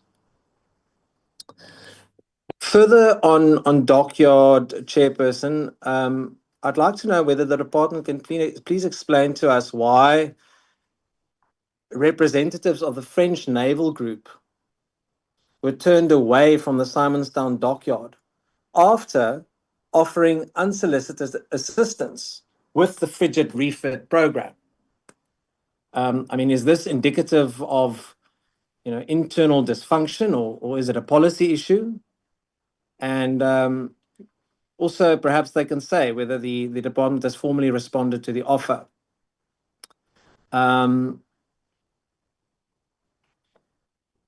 My further questions on the second set of slides about the aircrafts and the SAF. There are quite a lot of them, and I hope the officials are taking notes. So I'd like to know whether Armscor can confirm whether funds allocated for the 4-year BBJ maintenance cycle, which is set to begin shortly, have in fact been secured. My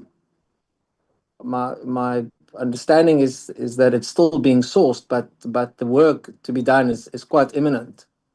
And then, please excuse my ignorance, but I would like to understand exactly what does it mean when the slide says cash flow achieved. I mean, what does it mean in this context? And does it guarantee that the BBJ will remain serviceable? I don't know. What does that mean?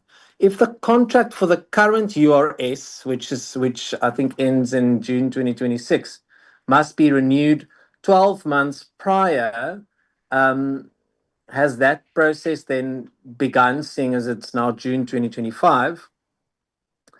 And then, why is a 450 million rand shortfall being reported while the aircraft meant for the president's transport remains at risk? And what does that mean for future travels of specifically the president? Then on the Falcon fleet, my questions are as follows. So why has the funding for the C-check on the Falcon 900 fleet still not been allocated? That wasn't clear. And then, are we to accept, given the purpose of that fleet, are we to accept that the minister's international trips? I recall she was recently missed the Joint Standing Committee's meeting because she had to attend a parade in Russia. Do these take precedence over ensuring the full fleet is mission ready? I mean, what are the priorities in this regard, given the shocking statistics we've seen here today? And then I'd also like to know, if not today, perhaps in writing after this meeting, what the cost is of chartering private aircraft due to unavailability of the Falcon. And then I think some questions here about the, just in general, why has Armscor still not finalized the scope of work for critical Air Force fleet maintenance, despite the funding that I referred to earlier that was said to be available from Treasury? I mean, what is the problem? Why is it taking so long? And how long will it take to implement the long overdue contracts for aircraft like the Gripen, Hawk, and the C-130? And then I'd also like to ask Chairperson about the cost of upgrading the 24 Gripens to the latest MS-20 Block 4 standard.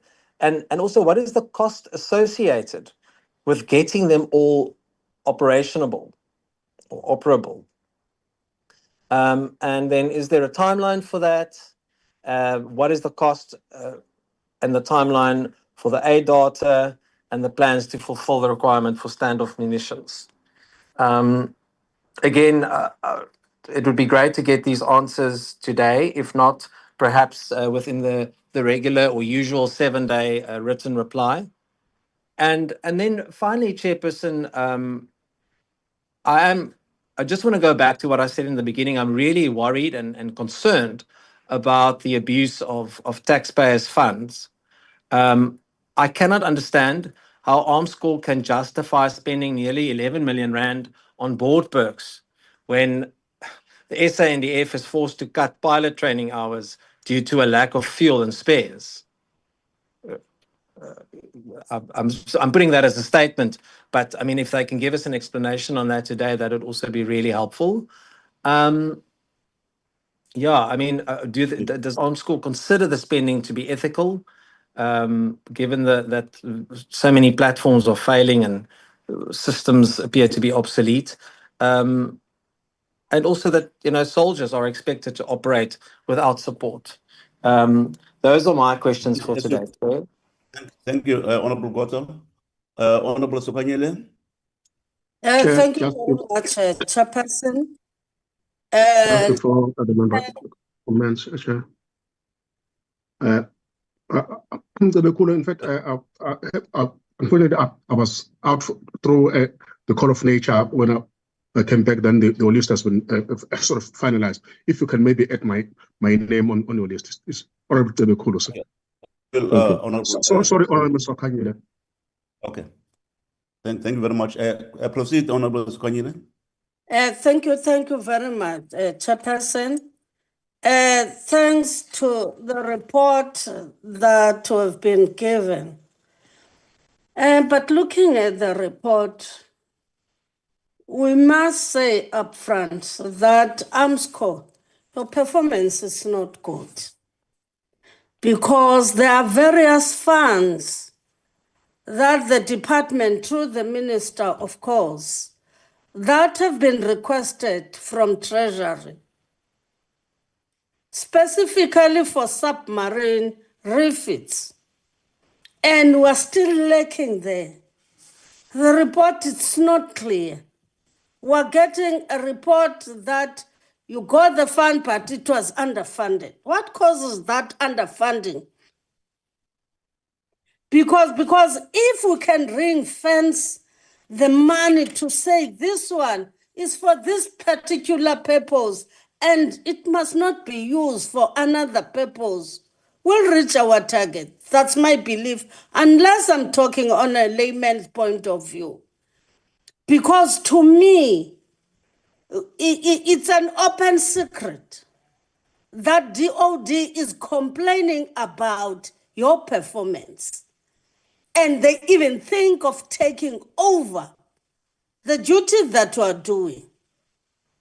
Because if we can't say that were given this money. For instance, if we can look back, there were additional allocations that were done by a national treasury to defense, starting in 2023 up to now. And we still want some money. Then if the minister from time to time will say that I want additional funding for the submarine, they have not been started. No. Because we're told when we went for an oversight, those submarines, they're sitting there for many years now, or for many months, and they're not supposed to sit outside. Rust will be there.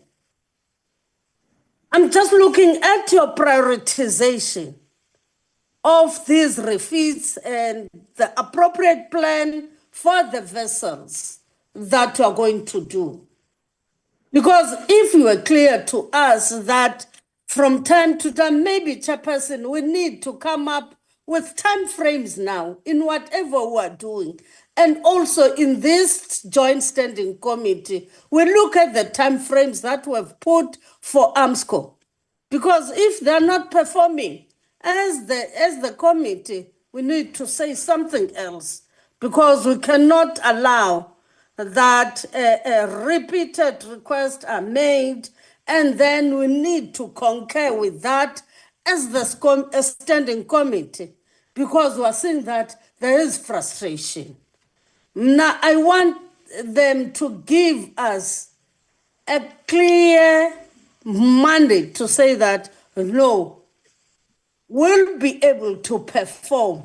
We only need so much for this, so that they are clear.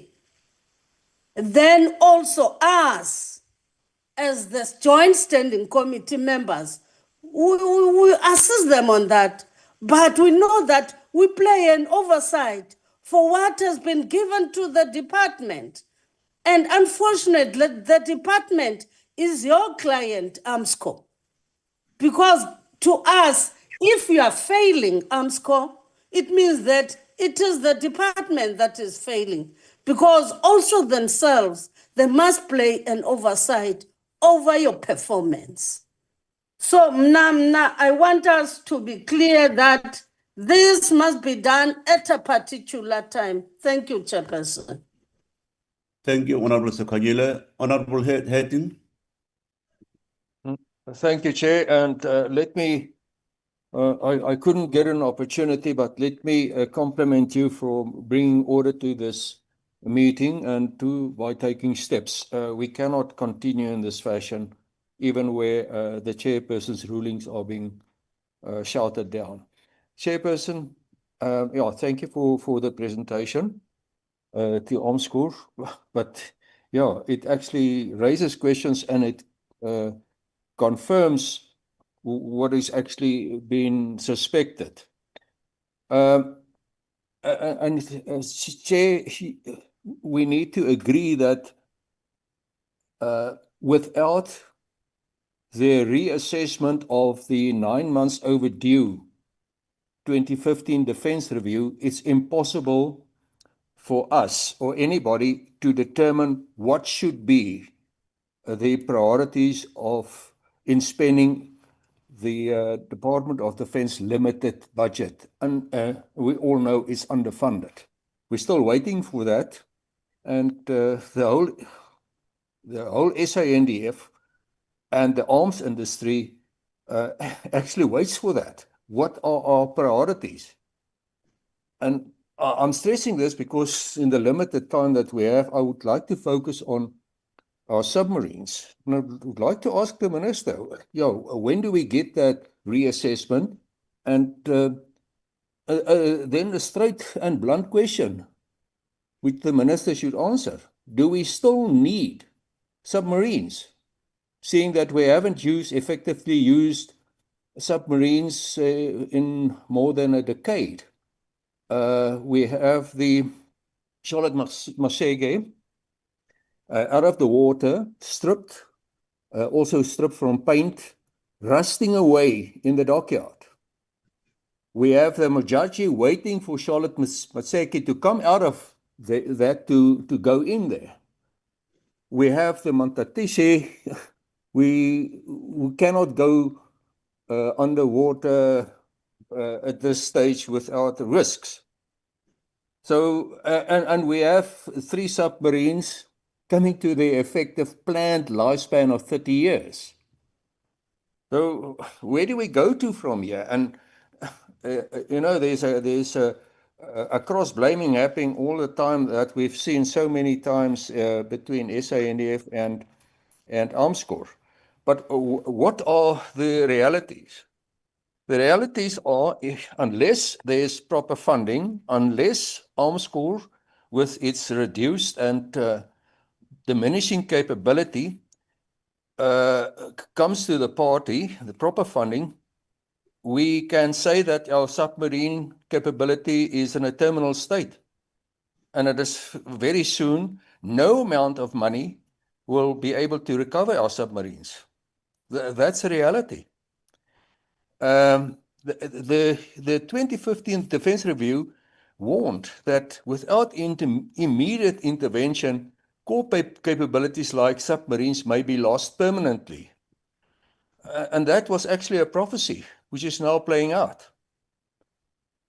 Now, in the, let's call it the band 20 Navy presentation that we should have had in, but that was withdrawn, the Navy explicitly warned Parliament that the Dockyard has become a contracting body, not a production center, and that it adds very little value to maintenance at lower level due to funding and vacancy challenges. And that's at lower level. But as far as refit is concerned, a proper refit, like what we've now should have seen on 102 Charlotte Masheke, nothing's happened. After 9 years, Armscor wants to go out on tender to require the expertise to know what to do, how to refit a submarine. 9 years, and it's rusting away. Chair, I would like to ask the question, what's happening here? We've got a BRICS partner, India, also having 209s, who actually are refitting them, rebuilding them. Have we approached them for assistance? There's South Korea having the same. Have we done that? I need to ask those questions, but we all know that it goes down to the Defense Review, the reassessment, funding, and priorities, which we know nothing about. So then there must be some direction on this.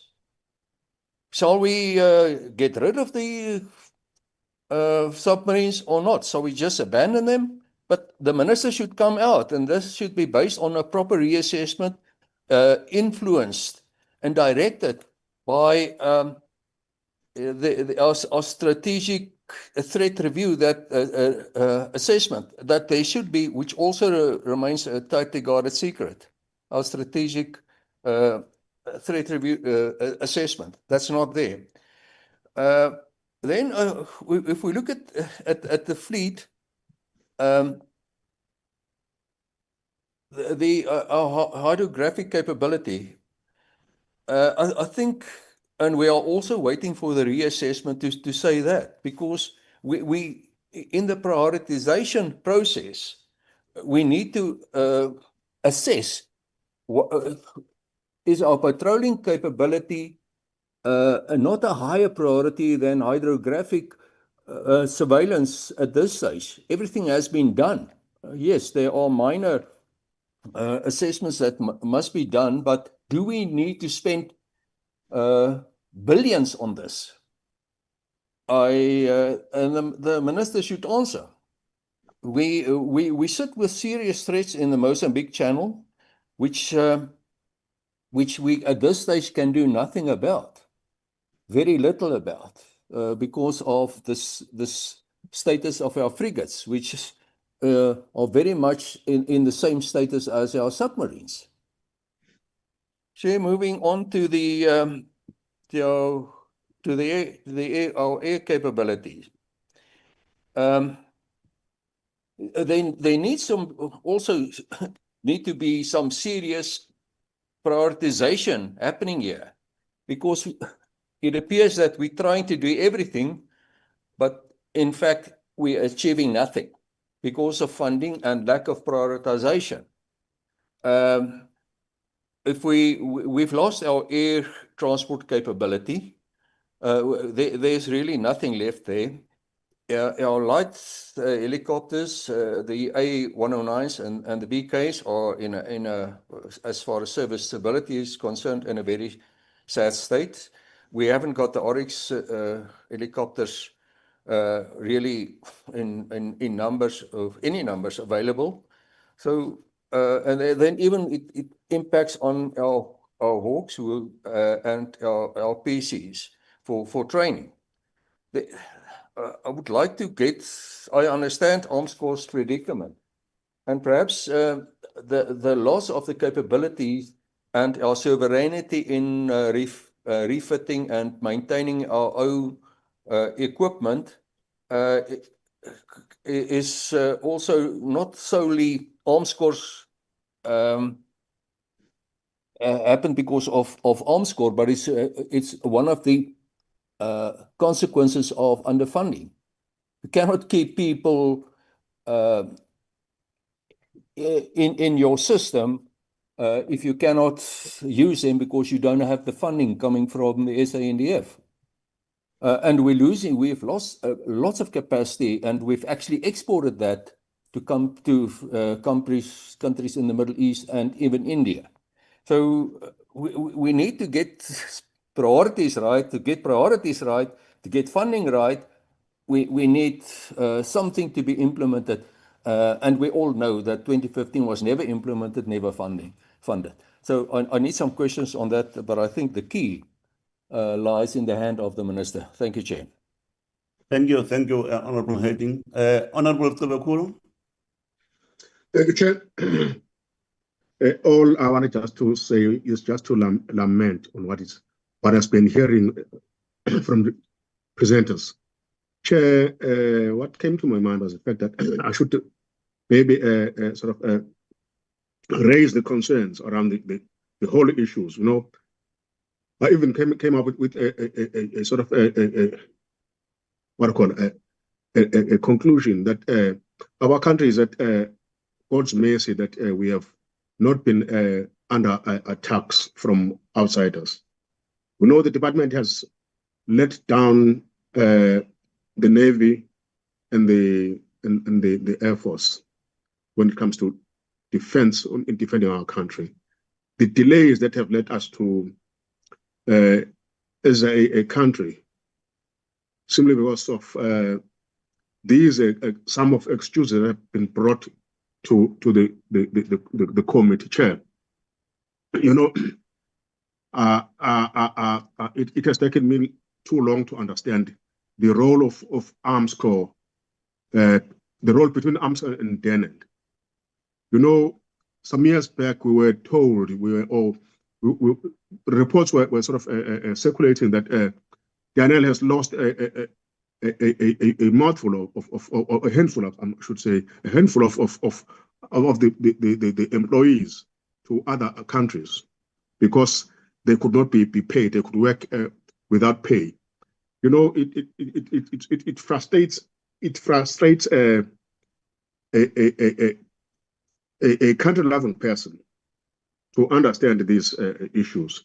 You know, if you hear the presenter saying the unavailability of space in order to fix the Navy, one wonders why has it not been the case that knowing that we are operating this ship, why is it not the case that we have spares kept in our stock, so that each time there is a challenge, it will be easy to simply take something out of the stock, the equipment, rather than saying we place an order and wait for a last step.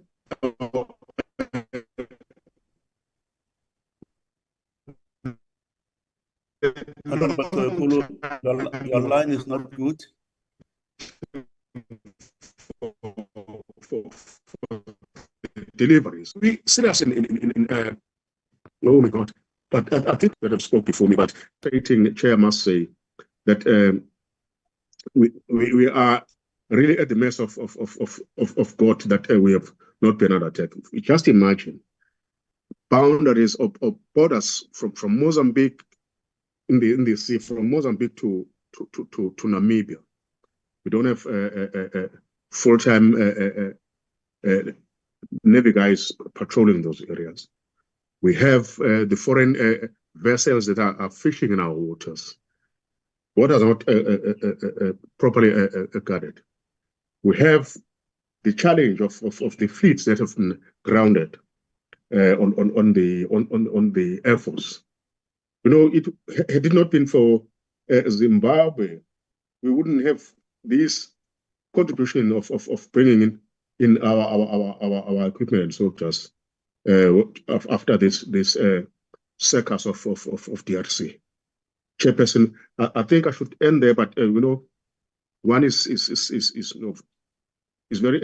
at pains with what has been presented before us, with a lot of excuses as the cause for the failure of having our defense equipment in the Navy and the Air Force, that is be in a what I call it, in a workable state of fleet. And that's my take, Chairperson. I did not have extra views as been mentioned, but you know, some things are very questionable. Why we should have Armscor, the role between Armscor and Daniel to have these things so sort of extended attention to the challenges that we are having as the country. Thank you. Thank you, Honorable Tobekulu. Honorable Hala, then the last one will be Honorable the co-chair, Honorable Gigaba. Honorable Hala. Good morning. Thanks, Chair. Good morning, all the participants. Chair, I was going to suggest that because we want direct answers, I was going to suggest that the minister not to respond on the issue of the usage of submarines. We rather direct this question to the admirals of the Navy for them to give us the answer that we want. Thank you, Chair. Thank you, Honorable Hala. Honorable Chair, Co-Chair, Honorable Gigaba. Thank you very much, Chair. Greetings to the Minister, the Deputy Minister, and the colleagues from the department who are present. Chair, I think I join members of the committee in expressing horror at the story we've just heard.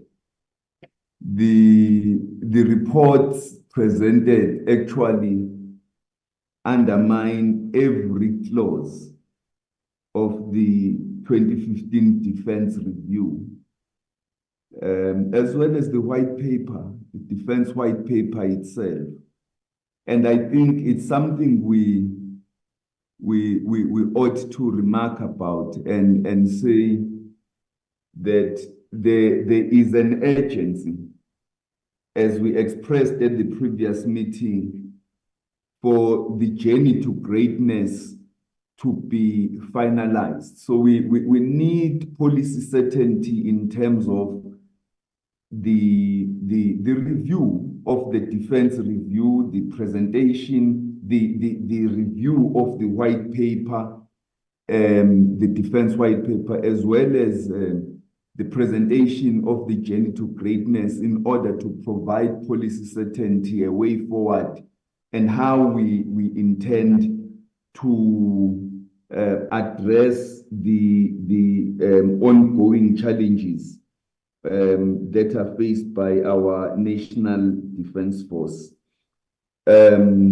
including addressing the issues of funding certainty going forward. Because if we don't deal with these things, we are going to remain in the situation in which we are. Obviously, as the policymakers and decision makers, we can't be the ones who lament the ongoing decay that we are seeing without taking firm decisions. I think one of the questions I would like the minister to answer, because I think in this instance it is the minister who can best answer this question, is what is the level of urgency that is being attached to this issue that we are witnessing, the report we have received? As I've indicated, the review of the white paper, the defense review, as well as the journey to greatness, and finally the funding issue. And is the minister able today or in the near future to provide us with very concrete timelines as to how we are addressing this? Because there are issues here of the vulnerability of the country that we are witnessing, and there are issues of wasteful expenditure in terms of the equipment that is lying unused, gathering dust, and therefore that is going to be very costly to repair because of the dilapidation that equipment would have undergone over the long period of time that it is not being well maintained. You know, if you look at some of the challenges, if I may just use an example, some of the challenges that are being faced with regard to water infrastructure, for example, or even roads, you will see a tiny pothole that is not fixed. And as the cars continue to drive over that pothole, the rains fall, that pothole grows into a massive pothole that eventually requires, it would have been easy, quick, and cheap to fix when it started. But over time, you now need to repair the entire road, which becomes an expensive exercise. The same applies to even the defense equipment or any other item. And so we incur this unnecessary cost in an environment of funding uncertainty and defunding. And I think it's something that that we are raising very sharply, that and that's why I'm asking the question: what is the level of urgency that is being placed on these issues, so that we know that very soon we will get timelines as to how these things are going to be addressed in a systematic manner. Secondly, Chair, you know, there is evident major funding shortfalls that are being experienced in terms of our prime mission equipment. And it's quite clear that we cannot maintain a fully functional Air Force and Navy at current funding levels. So I think one of the questions that one would ask is, what are the reasons for delays in the submission of requirements from the SANDF to Armscor in some cases? But secondly, we have been given reports previously, and even today, it's quite evident that there is misalignment between what the National Defence Force requires as well as what Armscor is able to do in response to the requirements of the Defence Force.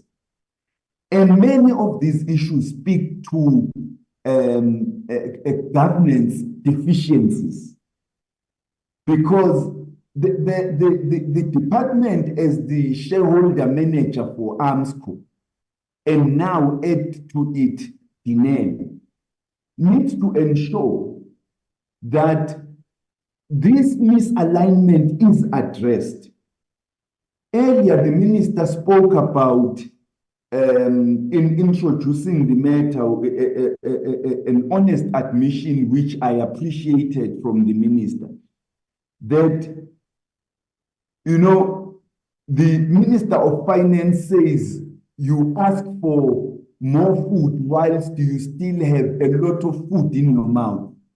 Basically, we ask for more funding, but we have a lot of funding that we have not spent on what we had requested that funding for. So there is a lot of underspending on a number of projects. And then the question is, what are the plans to ensure that Armscor meets its spending deadlines and submits the orders as are required by the National Defence Force, to avoid the National Defence Force being as exposed as they are, and with equipment that is lying in waste because it is not being used. And why are there delays in implementing contracts where money has been allocated, such as with the Navy midlife upgrades of the submarines and frigates? I think at some point we need to have a discussion with the department, and in this regard, I'm making a firm proposal, which might be noted now, but for adoption later, discussion and adoption later by the committee, that we need to have a very serious discussion with the department on the governance of Armscor and DINEM, and alignment between these two entities and the requirements of the National Defence Force, so that we are sure that these entities are able to meet the requirements of the National Defence Force.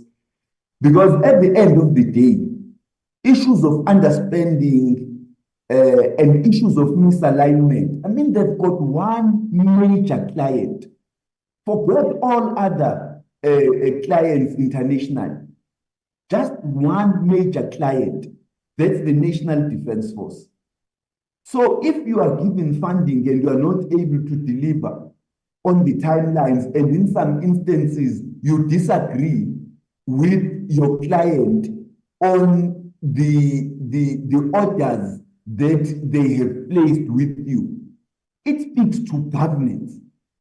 And when there are such problems, the shareholder manager is the one who must step in and exercise their shareholder leadership to ensure that alignment and the fulfillment of timelines and compliance with the order book that is that is there.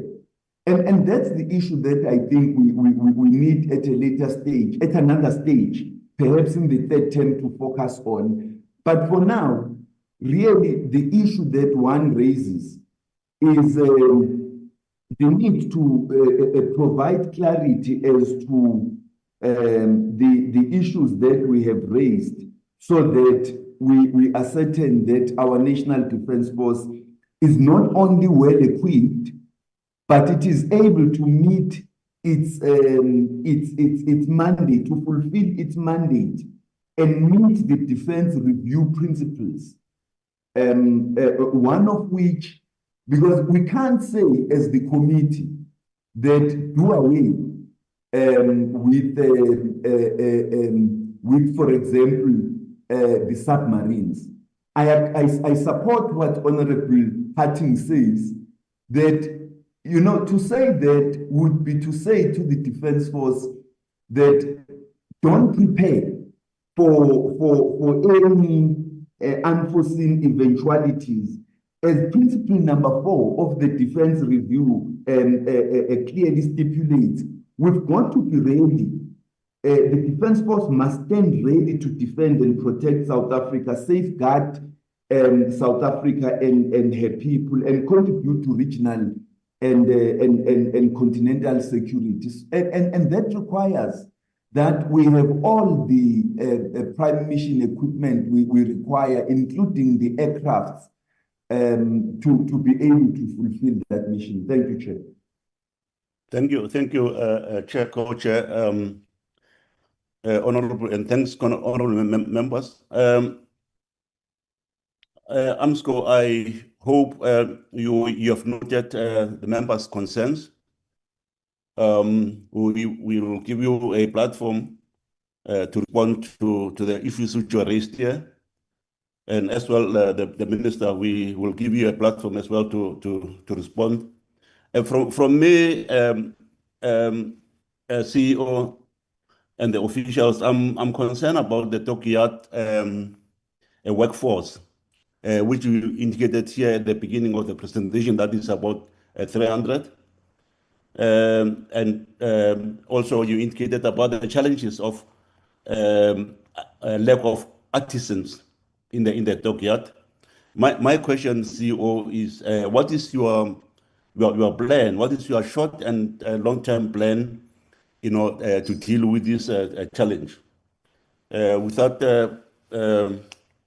waste of time, let me give you a platform, CEO, to deal with all the issues which were raised by members. The platform is yours. Thank you, Chairperson. We are noting the concerns raised broadly by the committee, and those concerns, Chair, are taken very seriously. Chair, of course, the issue of funding has been raised by various presenters, but notwithstanding that, Chair, we are engaged in looking and saying, from our side, where there are inefficiencies, we need to make those improvements, and the plans are supported by our board. And we have started in earnest, Chair, to deal with some of the outstanding matters. Case in point, Chair, would be your submarine refit. And the question was raised to say, is there capacity locally, and what are the efforts that we have done trying to deal with the matter? Chair, there's been various engagements with the Navy insofar as looking at the partners that could assist. I think the presenter had mentioned we have engaged the likes of the Indian Navy, where those discussions started, but on advice, he then decided to say, let's rather go in an open market and look for a service provider. Chair, the process is at an advanced stage, as we have indicated, and we will be going to our board within the next week. Hopefully, we'll have a service provider with the capabilities that are required to do the full refit. As we have indicated, Chair, insofar as the frigate is concerned, the work is underway in Durban already. Chair, I'll move on. There was a question raised by Honorable Noah insofar as the slides that we added. There are no concerns around confidentiality.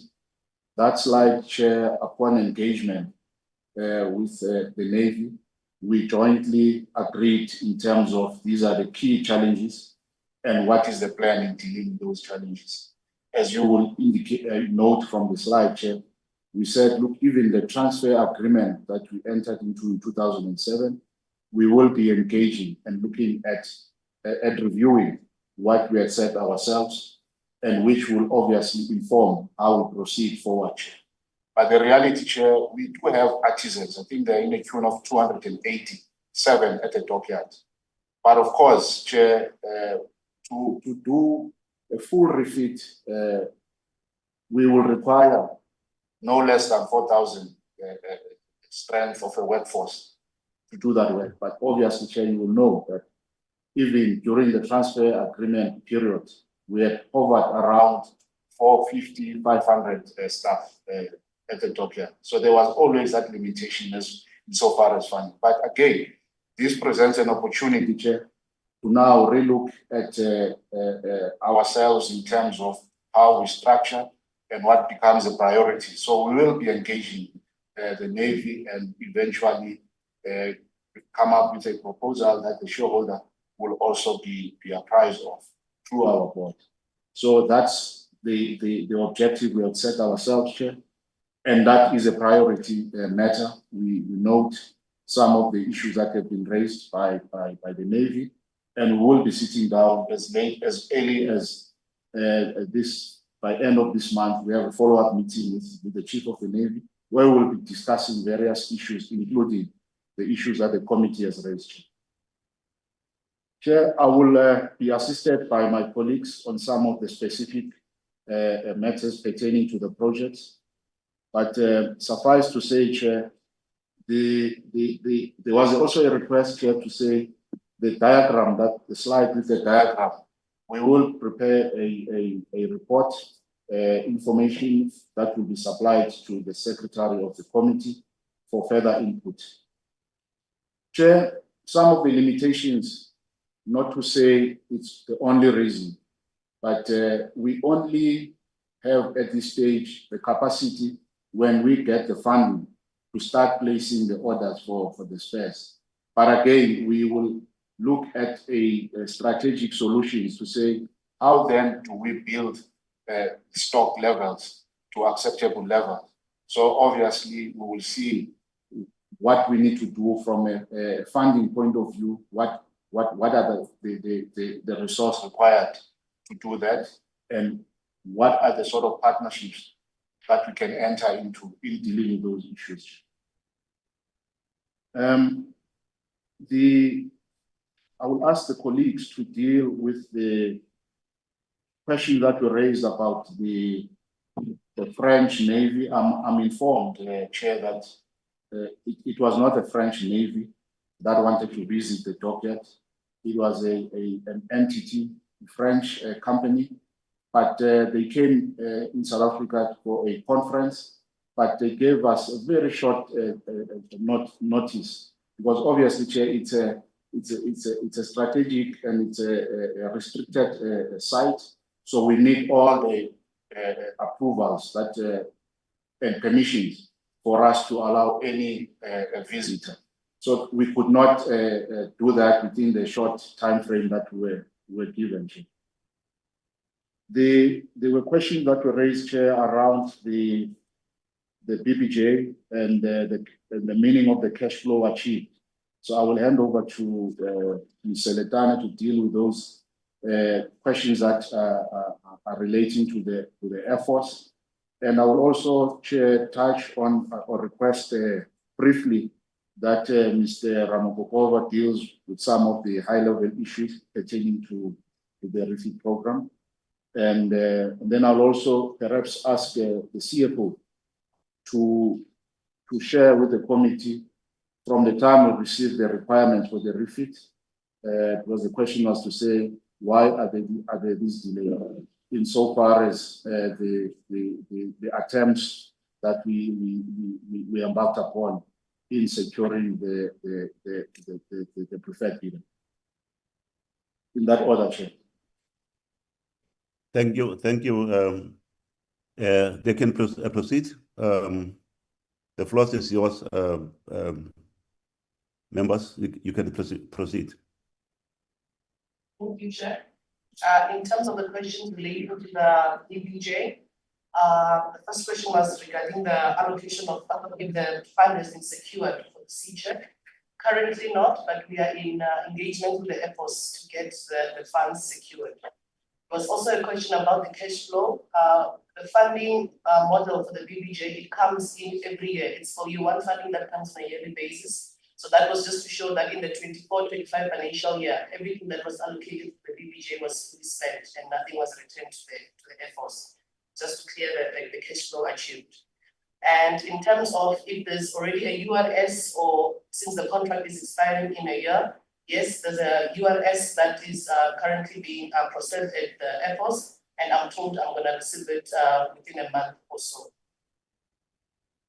And there was also a question as why are we reporting the 400 million as a shortfall? That is because the C-check funding, it's also part of that 400 million that we haven't received, and that's the reason why it was reported.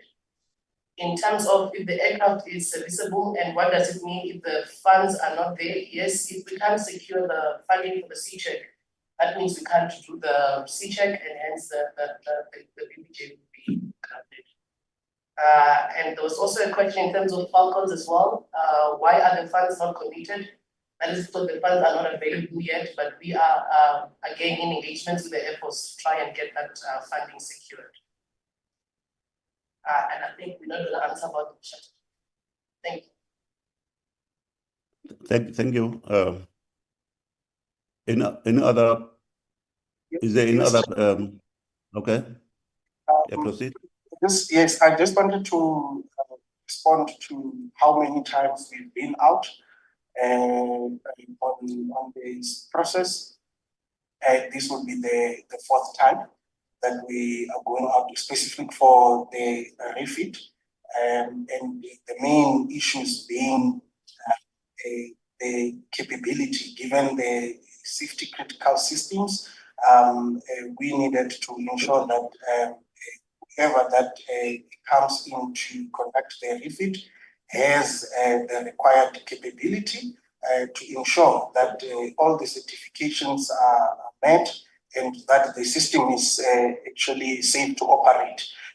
With the submarine, once the submarine dives and something goes wrong, it becomes very difficult to actually recover that particular submarine down there. So ensuring that a capable provider or is partnering with us in executing that becomes very, very important.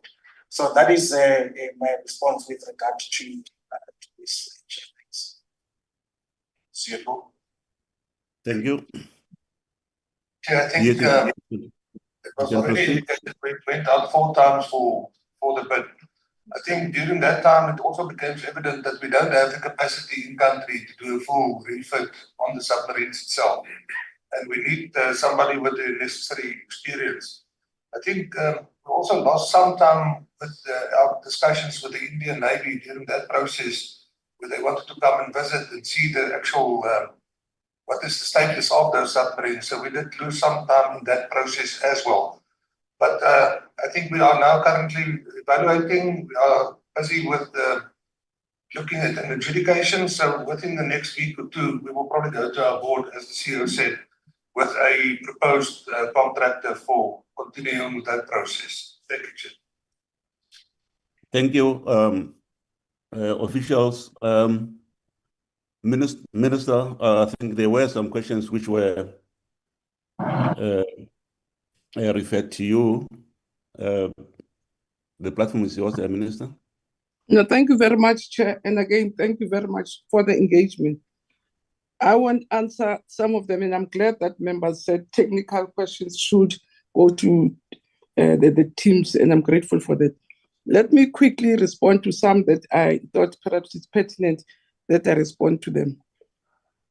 Chair, the issue was raised about the Ministerial private plane and the cost, and I can assure you that I travel commercially at all times. Even when I went to Russia, it was commercial.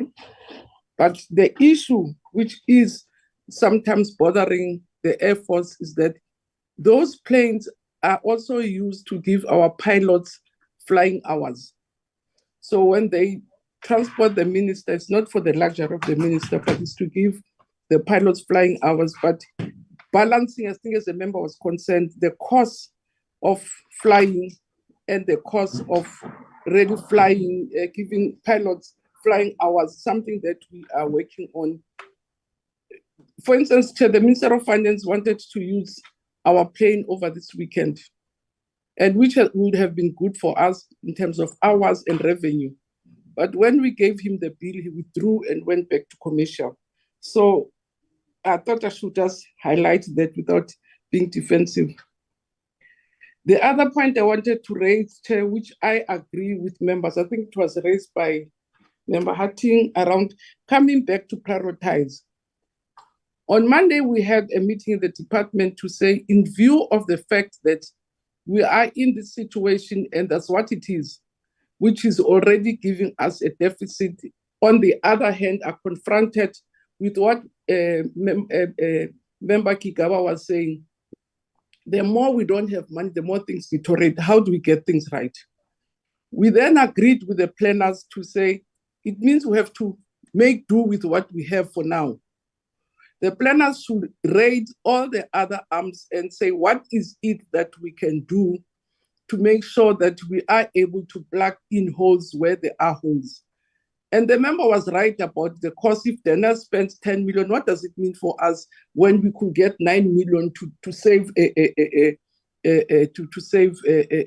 capability?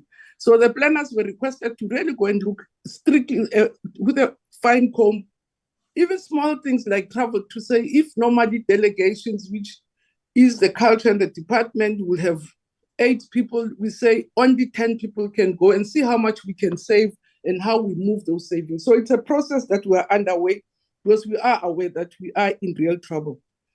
We are constantly discussing the matters with the president because he's also very concerned. Cabinet is seized with the matter and just sees the crisis, and the Minister of Finance. And without committing himself, he had said, because as I say, we lost some of the money that was committed in budget number 2. Now in budget number 3, we've lost it, and hence we had to go back to the drawing board to say, how do we reprioritize to make sure that we can live within what we have, faced by the gap that is there. I mean, the gap they gave me on Monday was about 41%, which is billion. And I said to them, there is no way I'm going to get 41 billion between now and next year. What do we do with the 57 billion that is there?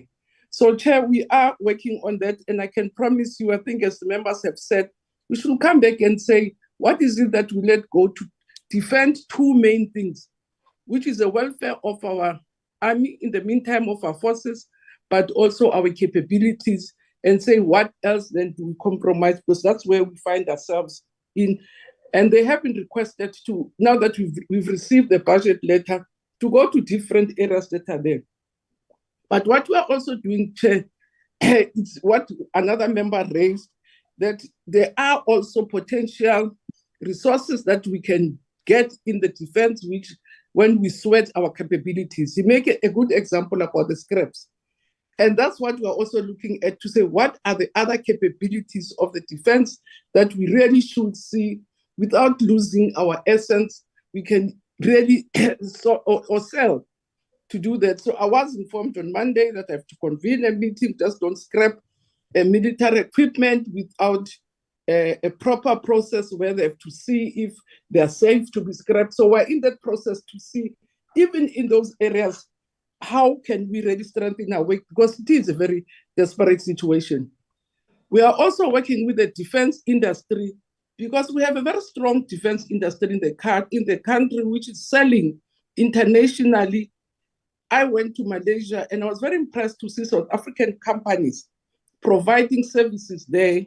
And for me, it is very important that we strengthen ourselves as a country to be able to do that.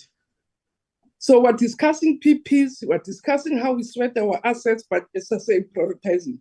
So I agree with Member Kigaba and Member Hati to say, maybe in 3 months' time, say, what is it that we've agreed to prioritize? How do we prioritize it? What partnerships are we doing? Chair, there are green shots in Denel. And you see, Denel has the potential to not only service the defense force, but to also generate resources for us. And we're glad that it's there. And we're giving them maximum support with Armscor and also the defense, but also including the president to make sure that indeed we can help them to realize some of the green shots. They are having a healthy order book, but we have to make sure that unlike the past, that we have a healthy order book, but we don't deliver. And that's what we're working on. Members were right to say we lost other capabilities. And that's why partnerships with our defense industry, which is very strong, will be able to help us, and they are ready to come to the party. But more than anything, Chair, which is also an advantage of getting to that, is to consolidate the mandates of the different bodies so that Armscor as the procuring agency, Denel as the implementing agency. So things like Dockyard, the real practical scientific things, Armscor should really focus on that. In terms of your research and development, we give lots of money to CSIR. How does that really strengthen the work that we do so that we can really, as I say, use every capability or possible resource that we have?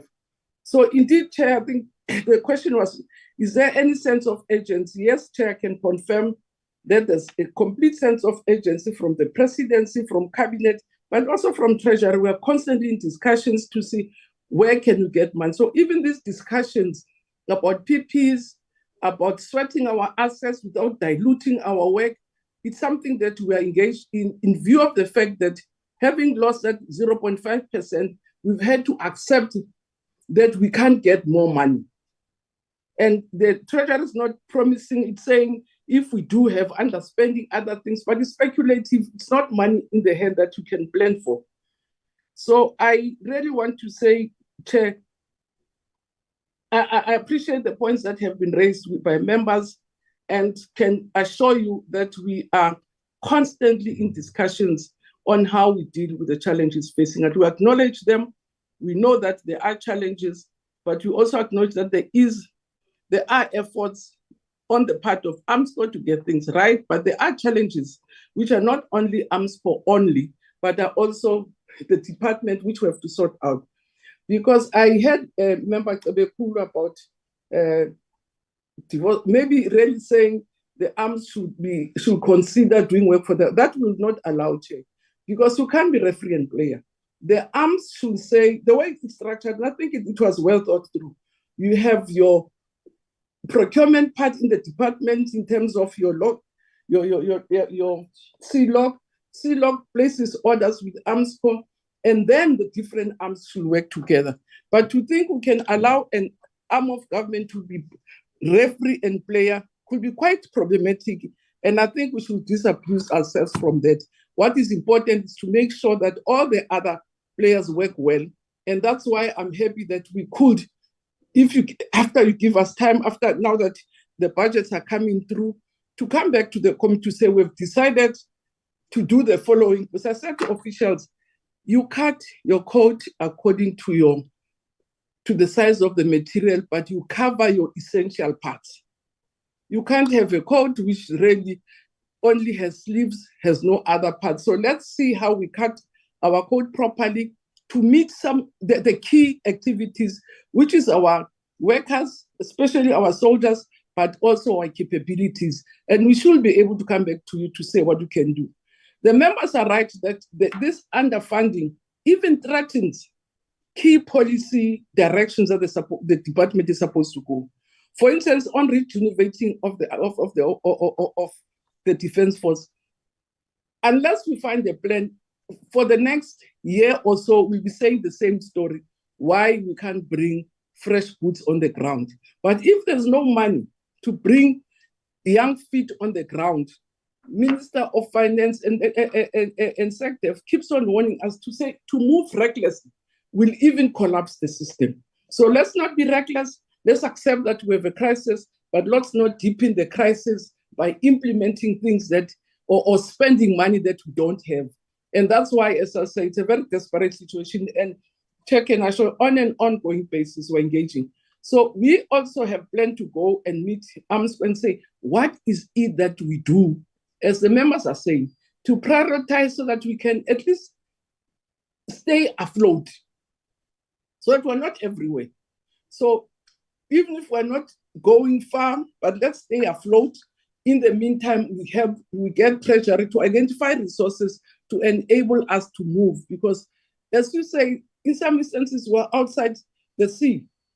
We're flat out, so we have to go back and stay afloat and then work together with Treasury, our agencies, our PPs, to find a way of moving forward. So, Chair, I wanted to give that assurance, say we should be able to give you a report in 3 months' time as to say, what is it that we have achieved in terms of the prioritization? And because that's what is in motion. It only started on Monday, when after receiving our budget letter. Thanks, Chair. Thank you, Minister. Thanks a lot. Perhaps I should apologize, Minister. I should have given the deputy ministers a platform before you speak. I don't know if they wanted they have something to say, but I should have given them a platform before you speak.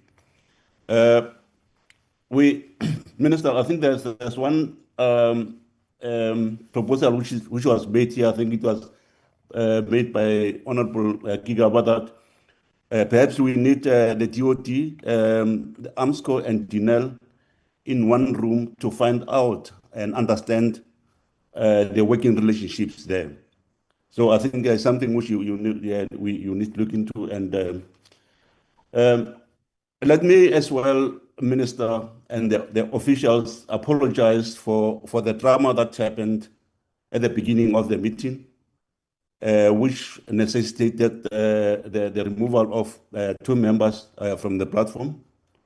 It was not our intention to do that. Our intention was to preside over this meeting and ensure that we have a really constructive engagement on these issues. And I apologize for that. I will then hand over to the co-chair to do the recap and the recap on the engagement and the conclusion of our meeting. Chair, co-chair, Honorable Gigaba. Chair, can I have a word before? My hand is also up. Okay, I cannot see the hands, but okay, let's have. Yes, let's have. Are they only those 2 hands? I could not see the hands. Let me give Honorable Noe, then Honorable Gozel, then you come, and I'll then hand over to Honorable Gigaba. Honorable Noe. Chair, I am just requesting when the co-chair, after his closing remarks, the committee members and staff will remain. Then we can release the minister and officials. I just have one thing to request to raise. Thank you. Thank you, Honorable Noe. Honorable Koza. Yes, I'm not sure whether we can still expect answers in writing, but there was one particular question I asked that has not been answered, and this is about the BBJ. And what happens if that 415 million rand cannot be raised? What is that going to mean? What is the cost going to be of private aircraft being hired or work through ExecuJet, and also the cost involved for other private trips in terms of, I think it was the Falcon fleet. And then also there weren't any direct questions about or answers about my questions which related to that exacerbated spending of the board. I mean, we cannot hear that there are issues about budgets, and now we don't have 0.5% because it seems that the department really relied on a VAT hike. But then we're confronted with millions of rands being spent on things that we just don't have any explanation for. We need to know where that money is going and why it's not being prioritized. The minister herself said that you must cut your cloth according to the material that you have. You must cut your coat. I don't know what the analogy was that she tried to use, but I mean, that's important for us to understand. Thank you, Honorable Kotel. Minister, I don't know whether you will want to respond to that. Not maybe partly, but I can also get if the Air Force people are here about the hiring. For instance, in terms of local travel, the president is using the departmental plane to make sure that, and as I said, because in the ministry we're not using it, I'm traveling commercial and make sure that now that the BPJ, which is the ministry plane, which is small, the president uses it. But what I am not sure in terms of international travels, what the president is doing, so I can find out if people from the Air Force are not here. So I see that the people from CAF who can be able to answer that. In terms of spending, I thought I indicated that we are equally concerned, and that's why we have planned a meeting with all the, including Armscor and not only Armscor, and the different branches of the department to see where savings can be done, how we can stop. So when I was making an example, even to say, even travel in the department is to get the planners to work with the different branches. So we have to cut down, and Armscor is not excluded, the NEL is not excluded. They'll be part of that. In terms of the request to have the three parties invited, I thought I also indicated that there is a process to really, now that the NEL has finally come to the department, to align the different roles that can be done. Sometimes some of them not immediately in terms of transition. I'm talking to Minister of Science and Technology in terms of your research and development.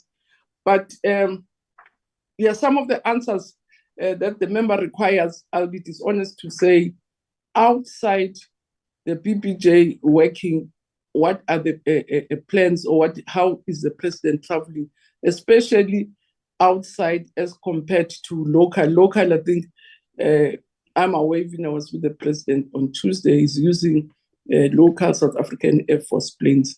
But we can bring you the honest and true answer, even in writing, Chair.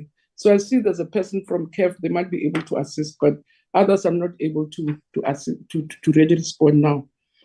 And some of the issues also that have been raised by Member Hatting, there are officials from the department who will answer them in writing so that we don't mislead the committee by just giving them answers which comes off the cuff. Thanks, Chair. Thank you, Minister. Are those officials here, Minister, who could answer some of this now? If they are here, I think they can respond.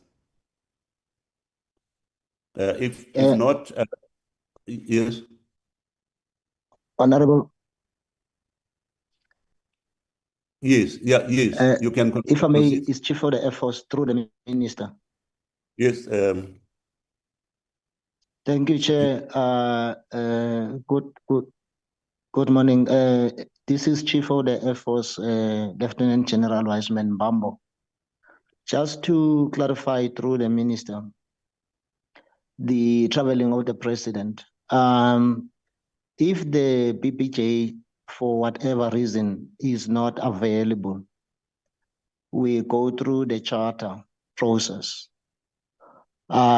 which varies in terms of the cost, depending on the trip and where the President is traveling. We always endeavor to have the BPJ available for the President external traveling, but sometimes it's not available because of various reasons, maintenance and so on and so forth. The question of the non-availability of the 450 million as it was inquired. We do prioritization within the South African Air Force limited budget to ensure that at least the money is made available. Obviously, if we scrap from other capabilities to ensure that the 450 million is available, other capabilities will suffer. Then we submit the implications or the risk to the higher forums to say, here we had to augment the VVIP budget because of the following reasons, and the implication has been the following. So we manage it in that fashion. I hope that this gives clarity to the question. Thank you, Chair. Thank you, Lieutenant General Mbam. Honorable members, I will now hand over to Honorable Kikaba, the co-chair of the committee, to recap and proceed with the meeting. Honorable Kikaba. Yes, thank you very much, co-chair. Thank you, Minister and colleagues. I think the meeting has raised serious concerns regarding the underspending and spending shortfalls, particularly the impact it has on our the National Defence Forces capabilities, as well as on the prime mission equipment. And so the committee indicated that overall we are gravely concerned about the ability of the SANDF to meet its constitutional mandate, as well as the requirements of the defense review, the white paper, and ensure that it guarantees the security of the country and fulfillment of both our domestic and international obligations. Various questions, as would have been asked, would still require responses, particularly questions of a technical nature. But the committee must note the commitment of the minister to come back in 3 months. I think in the previous meeting, we had agreed that during the third term, we will have a discussion on the processes and timelines with regard to the review of the white paper, and that we will take the presentation from the SecDef on the journey to greatness. And the committee the minister made a commitment today that they will come in 3 months' time with a comprehensive presentation, including on what they intend doing to sweat some of our,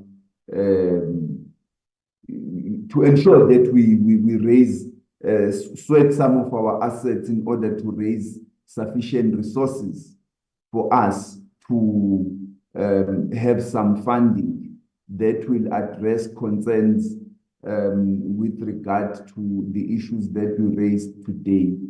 Now, you know, one would wonder how much that will be, but I think that notwithstanding, if you take that discussion, including the issues that the president has raised with the National Defence Force to discuss how the spending challenges of the National Defence Force are going to be addressed, it will assist us to have a sense of the way forward and how we are going to address the underfunding challenges that the SANDF has been faced with.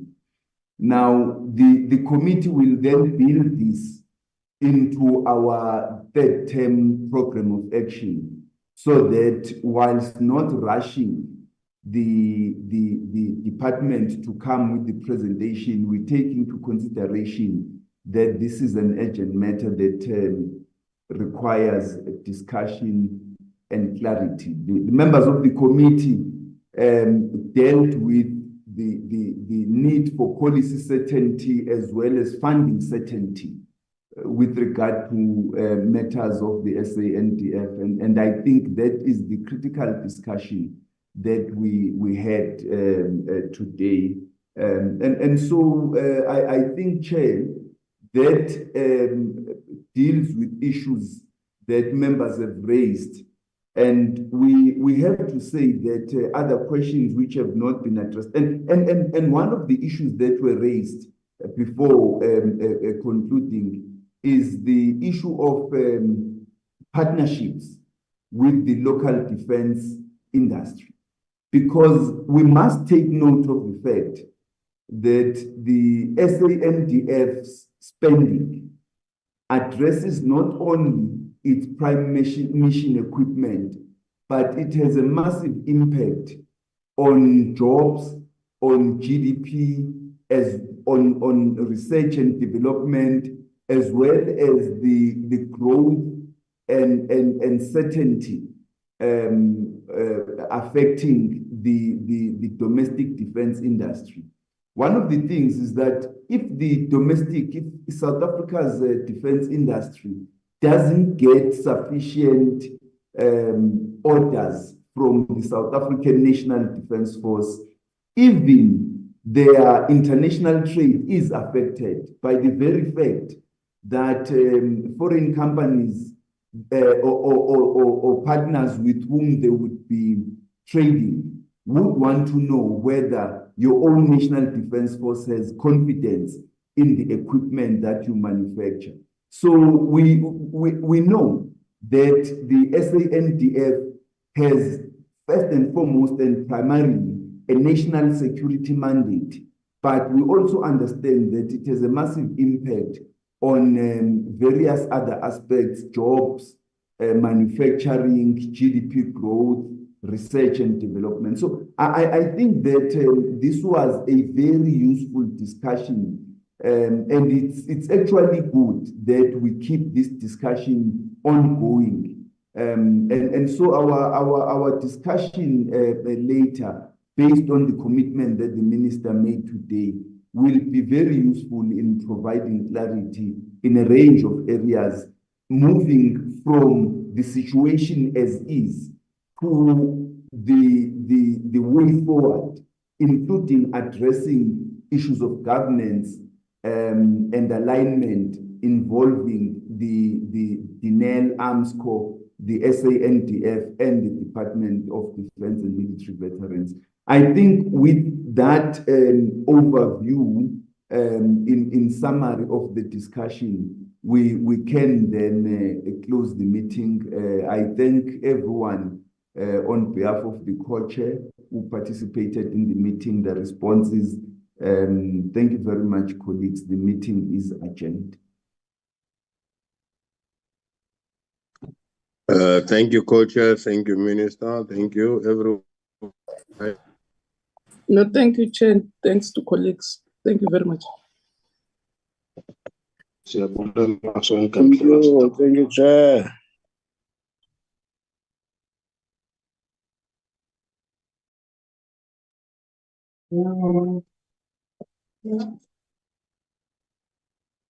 Are we still on, Chair, as per my request?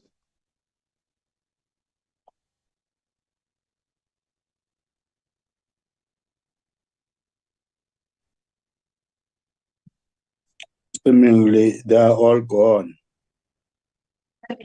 Okay. Not yet. Sorry, Mr. Noor. We have people from News 24 that are still in the meeting, that still need to leave the meeting. Okay.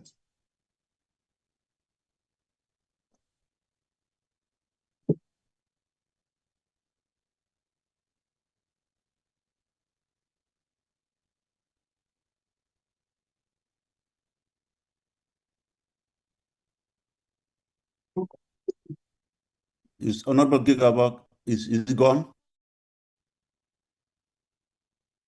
Yes, I think he's gone. He's gone. He's gone. Okay. But the Parliament streaming service is still here. I don't know whether Mr. Nui would want the streaming service to also leave, or you don't mind here. No, I don't mind. They can remain because they are part of us. Okay.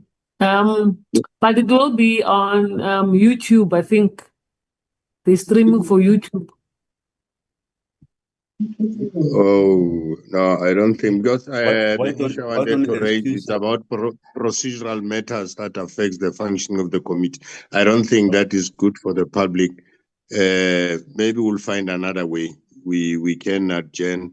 I will engage with the chairpersons maybe on this issue. Thank you for highlighting that.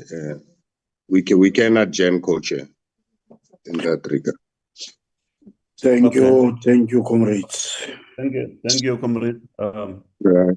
I think it's only us here who are remaining. Yeah, it's fine. I think whip.